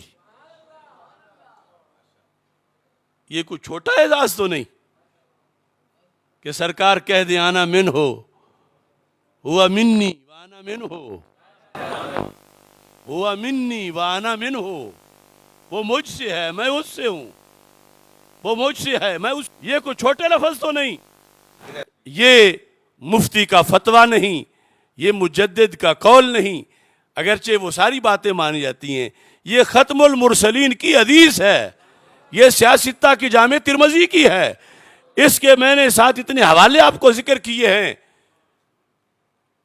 اس سے کوئی یہ نہیں کہ امام حسین کی شان معاذ اللہ گھٹ جائے گی، کوئی اس طرح اس کو لے جائے، نہیں، سمجھ آئے گی کہ وہ ڈبل حسینی کس طرح ہیں۔ انہیں تو نسب کے لحاظ سے بھی سرکار نے فرما دیا حسین منی وانا من الحسین، اور ادھر وصف کے لحاظ سے پھر کربلا میں پھر ثابت ہوا حسین منی وانا من الحسین۔ یہ ہے کربلا کو بیان کرنے کا سب سے اعلیٰ انداز کہ امام حسین نے کربلا میں کیا کیا، اس حدیث کے مطابق یہ ثابت کیا کہ میرے نانا جی نے تو خون کے لحاظ سے بھی مجھے قرار دیا اور میں ان کا خون بھی ہوں کہ حسین منی وانا من الحسین. یزید سے ٹکرا کے میں نے آج ثابت بھی کر دیا کہ انہوں نے جو فرمایا تھا کہ جو ایسا کرے ہوا منی وانا من ہو، وہ مجھ سے ہے میں اس سے ہوں. تو سب سے یعنی اعلیٰ کردار عملاً وہ ثابت کر دیا حسینیت کو امام حسین رضی اللہ تعالیٰ عنہ نے. اور پھر آگے سلسلہ بھی اگرچہ اس وقت پہلے بھی جاری تھا، آگے مزید اس حدیث کو جاری کیا کہ یہ وصف یہ ہے مجھ سے پیار کرنے کا تقاضا.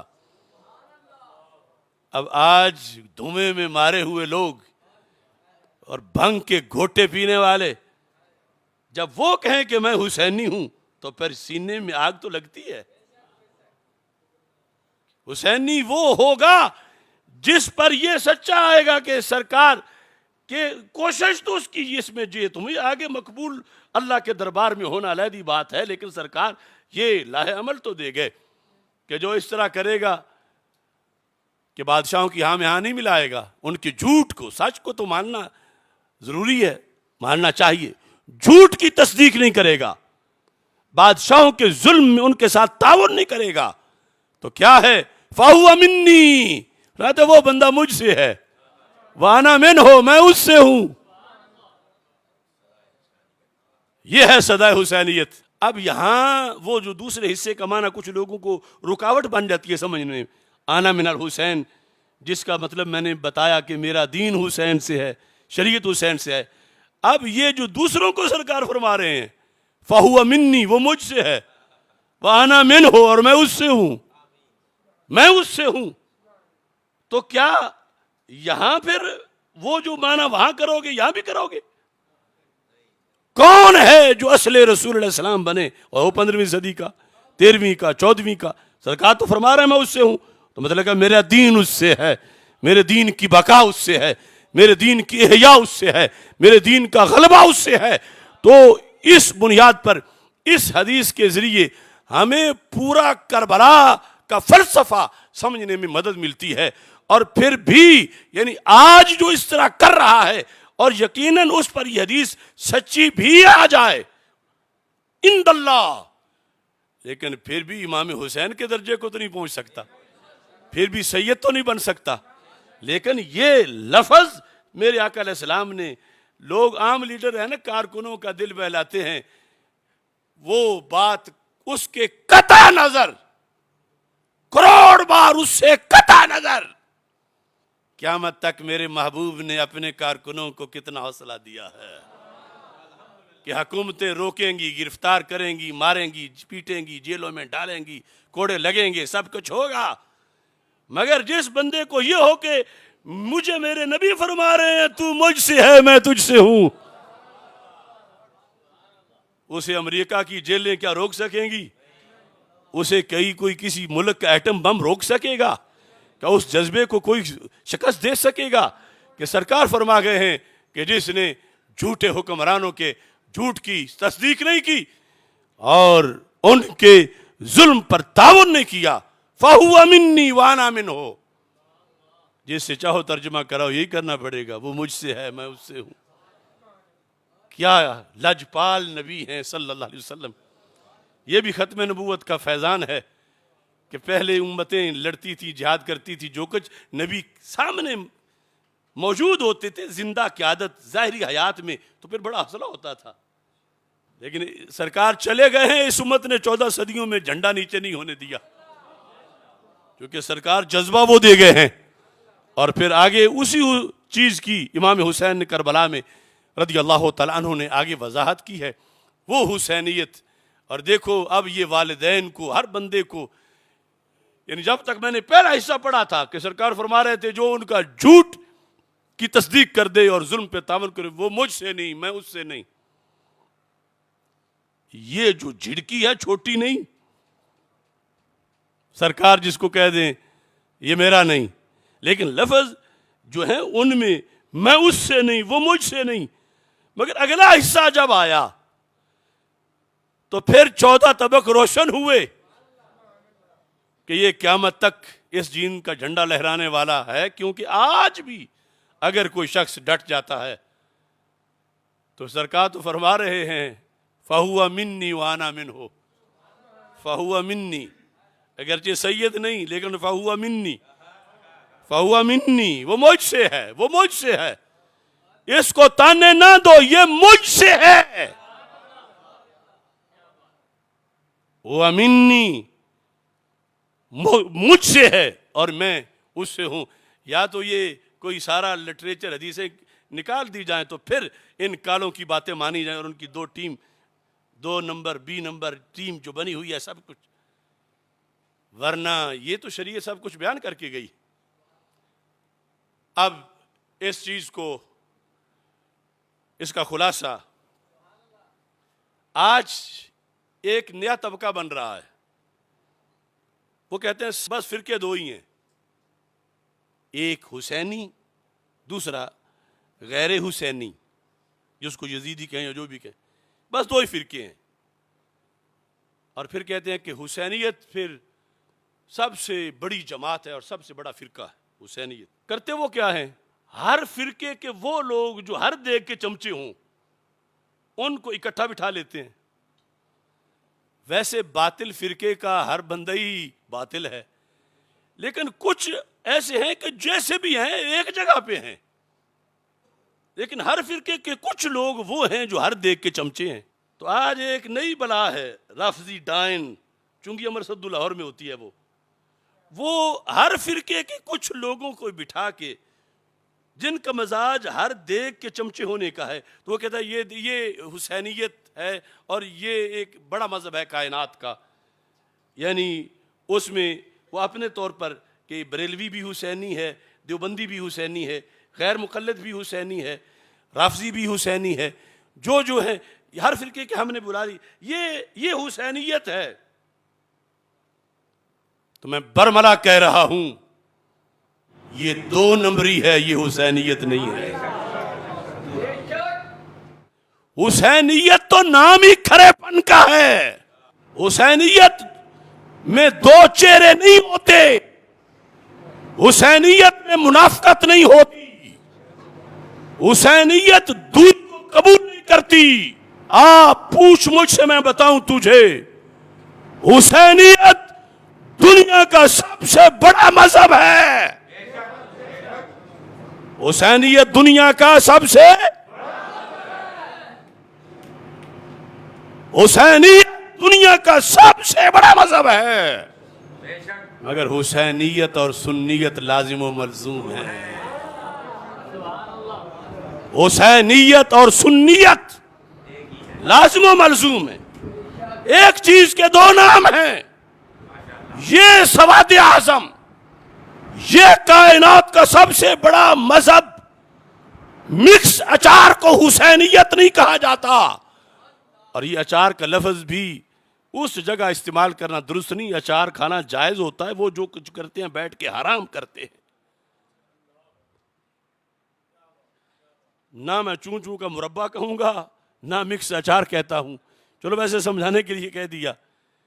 انہیں دو نمبری کا نام حسینیت بنایا ہے۔ محرم میں اتنا بڑا فراڈ، یزیدیت اور حسینیت کو مکس کر کے کہتے ہیں ہم حسینیت کا پرچار کر رہے ہیں۔ حسینیت سب سے بڑا مذہب ہے، کیسے؟ اس میں کون کون شامل ہے؟ کہتے ہیں جو بھی امام حسین کی قصیدے پڑھے وہ حسینی ہے۔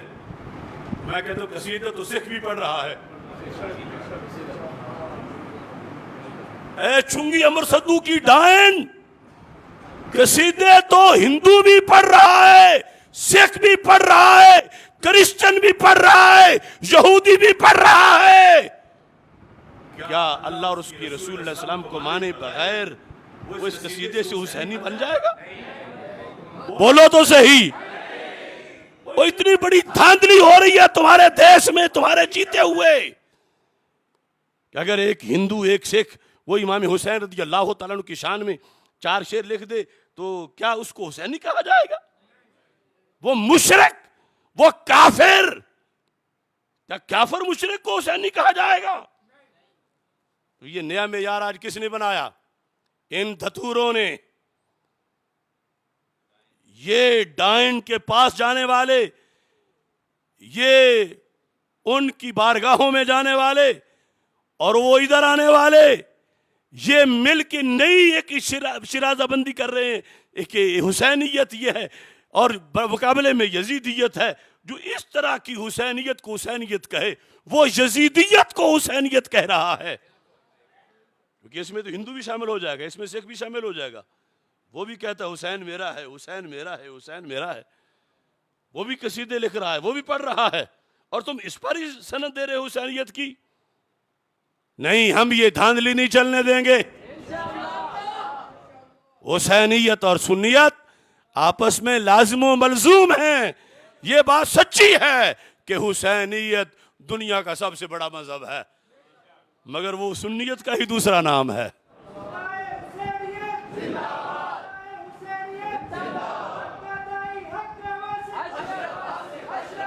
لبیک لبیک لبیک یا رسول اللہ.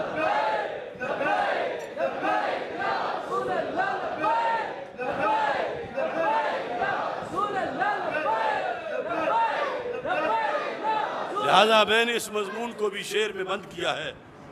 صلح و کلی اہل حق کا بے گماں فریق ہے. دو فریق ہیں, ایک ہے اہل حق, ایک ہے اس کے مقابل.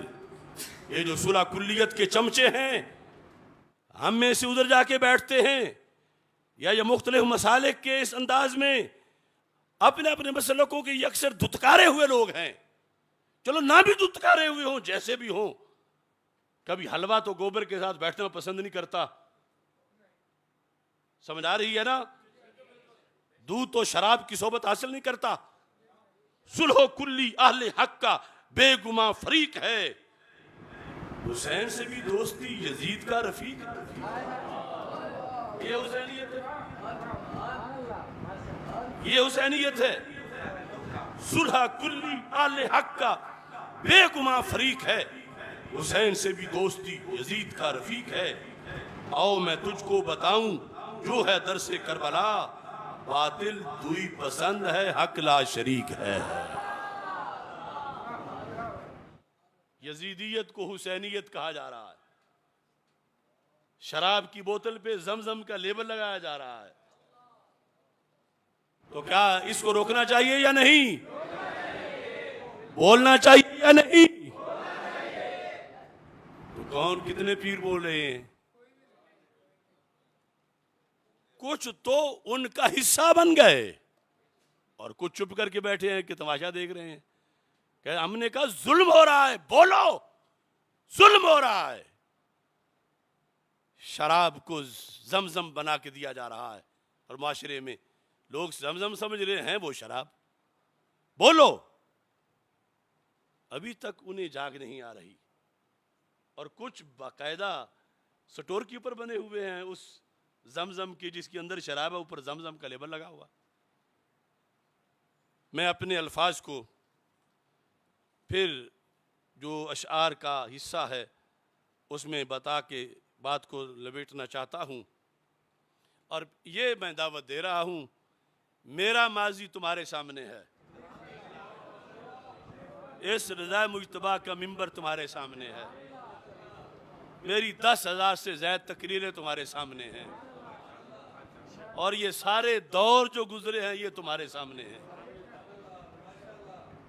مجھے اور ان کو, میں ہر سید کو, ہر پیر کو چیلنج نہیں کر رہا, ہر مولوی کو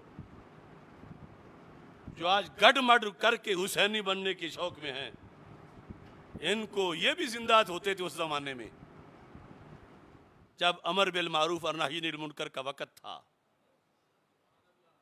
یہ بھی زندہ تھے جب غازی ممتاز حسین قادری کی تحریک چلی تھی. یہ بھی زندہ تھے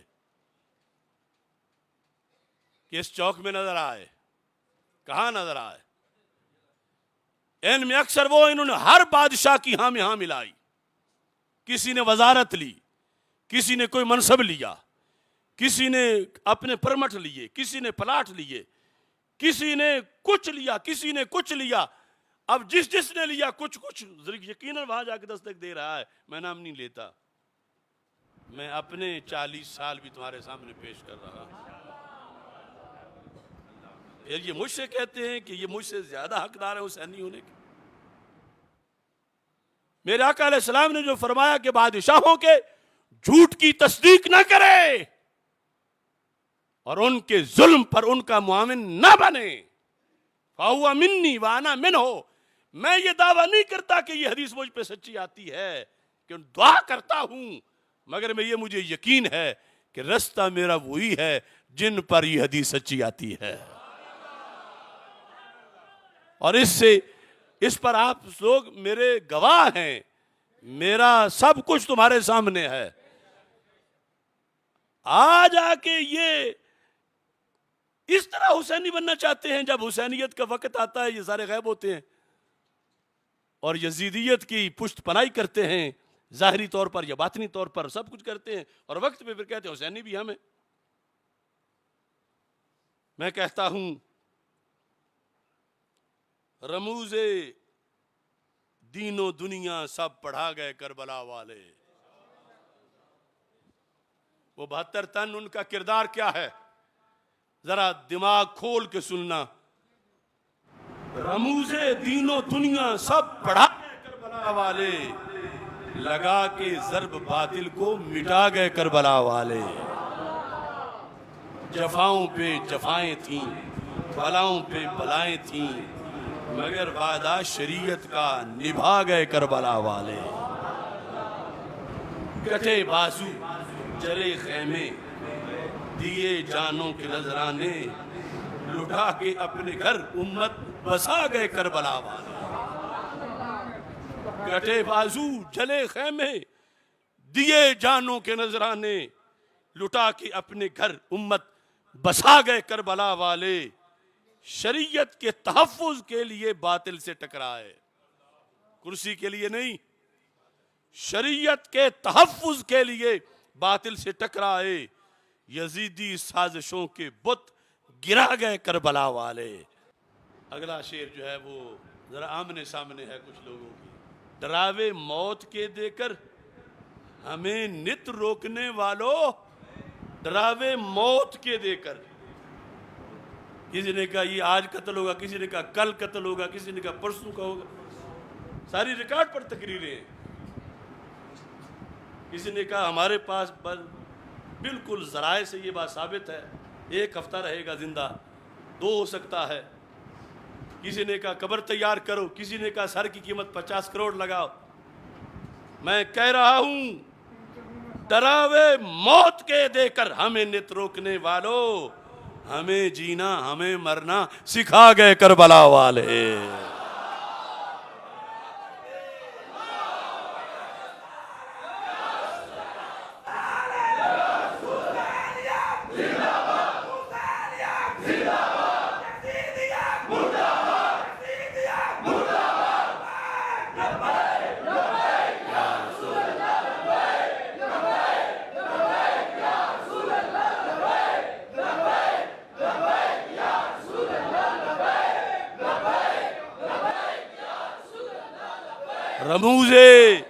رموز دین و دنیا سب پڑھا گئے کربلا والے.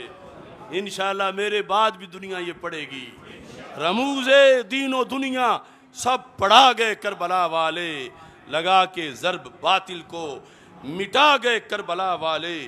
شریعت کے تحفظ کے لیے باطل سے ٹکرائے، یزیدی سازشوں کے بت گرا گئے کربلا والے. ڈراوے موت کے دے کر ہمیں نت روکنے والوں، ہمیں جینا ہمیں مرنا سکھا گئے کربلا والے. وہ تسلیم و رضا والے، نبی والے، خدا والے، اے آصف ہر دیا حق کا جلا گئے کربلا والے.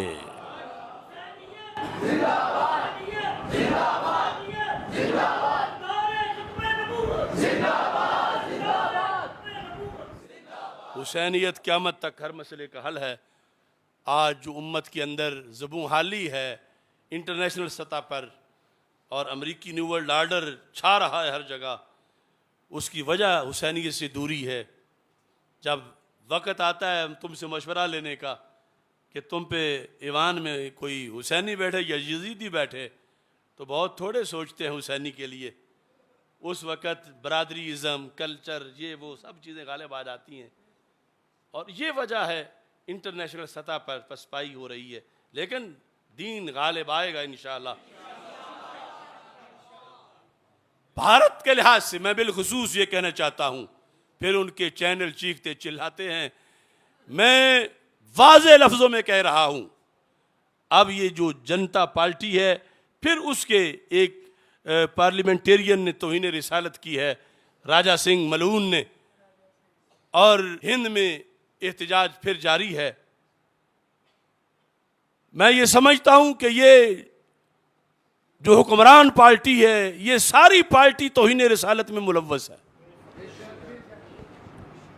اور پہلے جب تسلسل سے ایسے واقعات ہوئے تھے، وہ ریکارڈ ہے ہمارے پاس، تو اس کا نتیجہ بالآخر مومن نے انگڑائی لی تھی تو پاکستان کی شکل میں نکلا تھا. اب اس انگڑائی کی بھارت کے مسلمانوں کو ضرورت ہے. اگرچہ کچھ وہاں فریب خوردہ ہماری ان باتوں پر پھر ان کو درد ہوتا ہے. میں کہہ رہا ہوں ایک ہی علاج ہے ان گماشتوں کا. کون برداشت کرے روزانہ ان کی توہینوں کو؟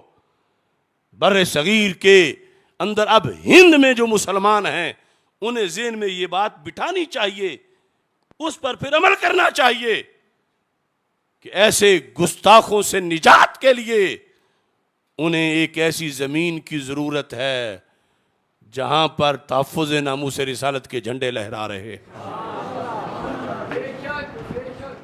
عرب دنیا نے احتجاج کیا، بائیکاٹ کا کہا، مگر پھر سو گئے. پوری عرب دنیا اور مسلم حکومتیں ساری کی سارے ان پر لازم ہے کہ وہ ہندوستان کا اقتصادی سفارتی بائیکاٹ کریں. اور چھوٹی موٹی بات ہوتی ہے، ملکوں کے سفیر نکالے جا سکتے ہیں، تو بھارت کا سفیر کس وجہ سے پاکستان سے نہیں نکالا جا سکتا؟ جبکہ سرکاری سطح پہ توہین ہو رہی ہے اور وہاں مسلمانوں پر تشدد ہو رہا، انتہا پسند ہندو سب کچھ کر رہے ہیں، کوئی ان کا والی وارث نہیں بن رہا. تو اس لیے حسینیت علاج ہے. حسینیت سے ہی ہند کا مسلم طاقتور ہو سکتا ہے. حسینیت سے ہی اس مذموم سلسلے کو جو توہین رسالت کا سلسلہ ہے اس کو روکا جا سکتا ہے. اور ہمارے ملک میں بھی شہروں میں، گلیوں میں وہ گندے کمینے لوگ جو کبھی اہل بیت اطہار علیہم الرضوان کی توہین اس انداز میں کرتے ہیں کہ دعویٰ تو شان کا کر رہے ہوتے ہیں لیکن کر توہین رہے ہوتے ہیں، یا صحابہ کرام رضی اللہ تعالیٰ عنہ کی توہین کرتے ہیں، ان کا علاج بھی اسی حسینیت سے ہے جس کا ذکر میں نے ابھی آپ کے سامنے کیا. اور اس بات پر اپنی بات کو ختم کر رہا ہوں. یہ بھی ایک نقش کل حجر اور فی الحجر کی طرح ہے. جو میں نے کہا تھا نا، حسینیت اور سنیت آپس میں کیا ہے؟ آپس میں، یعنی جہاں حسینیت ہو وہاں سنیت ہوگی، جہاں سنیت ہوگی وہاں حسینیت ہوگی. اس پر میں نے لکھا ہے، حسینی تو یزیدوں کے قصیدے پڑھ نہیں سکتا. ہمارے معاشرے میں اب کچھ وہ لوگ اپنے آپ کو حسینی کہتے ہیں جنہوں نے ان لوگوں کے قصیدے پڑھے جا کر ان کے گھروں میں جنہوں نے نبیوں کو بھی معذلہ گناہگار کہا، جن کے لیے کبھی نعرے، یہ جب شیخ حنیف صاحب نوجوان ہوتے تھے تو 100 یہودی کا نعرہ لگاتے تھے اس بندے کے لیے. اب اس کی شان بھی جا کے بیان کریں اور پھر حسینی بھی کہیں اپنے آپ کو. میں کہتا ہوں دھاندلی مت کرو. حسینی تو یزیدوں کے قصیدے پڑھ نہیں سکتا، وہ گنج بخشی تو گامے شاہ کی گاڑی چڑھ نہیں سکتا.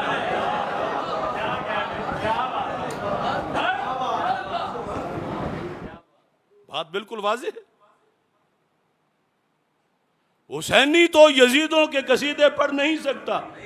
اب یہ کوئی اشرف آصف جلالی نے گامے شاہ اور داتا صاحب کو جدا جدا رکھا ہوا ہے؟ یہ نفس الامر بھی اس طرح ہے، یہ شروع سے آیا اس طرح ہے.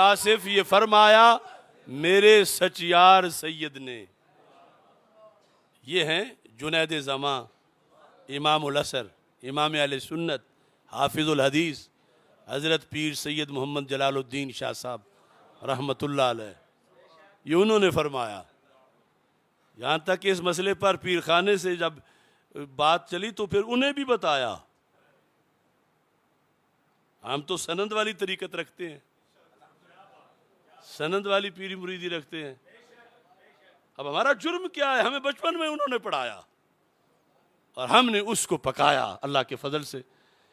پھر یہ اتنی عمر اسے ثابت کرنے میں گزاری کہ بچپن میں سنا تھا تو دلیل اس کی کیا ہے. وہ دلیلیں ڈھونڈتے ہوئے عرب و عجم میں گھومے، اور آج جب باطل کو ہم دباتے ہیں تو باطل ان سے حمایت لے رہا ہے کہ اسے ہی دباؤ جو ہمیں دبا رہا ہے. اس لیے جاگ کے رہنا، جاگتے رہنا. حسینی تو قصیدے پڑھ نہیں سکتا، وہ گنج بخشی تو گامے شاہ کی گاڑی چڑھ. مجھے آصف یہ بتلایا میرے سچیار سید نے، تو پیچھے بد عقیدہ کے نمازیں پڑھ. اللہ تعالی ہم سب کا حامی و ناصر ہو. وآخر دعوانا الحمدللہ رب العالمین.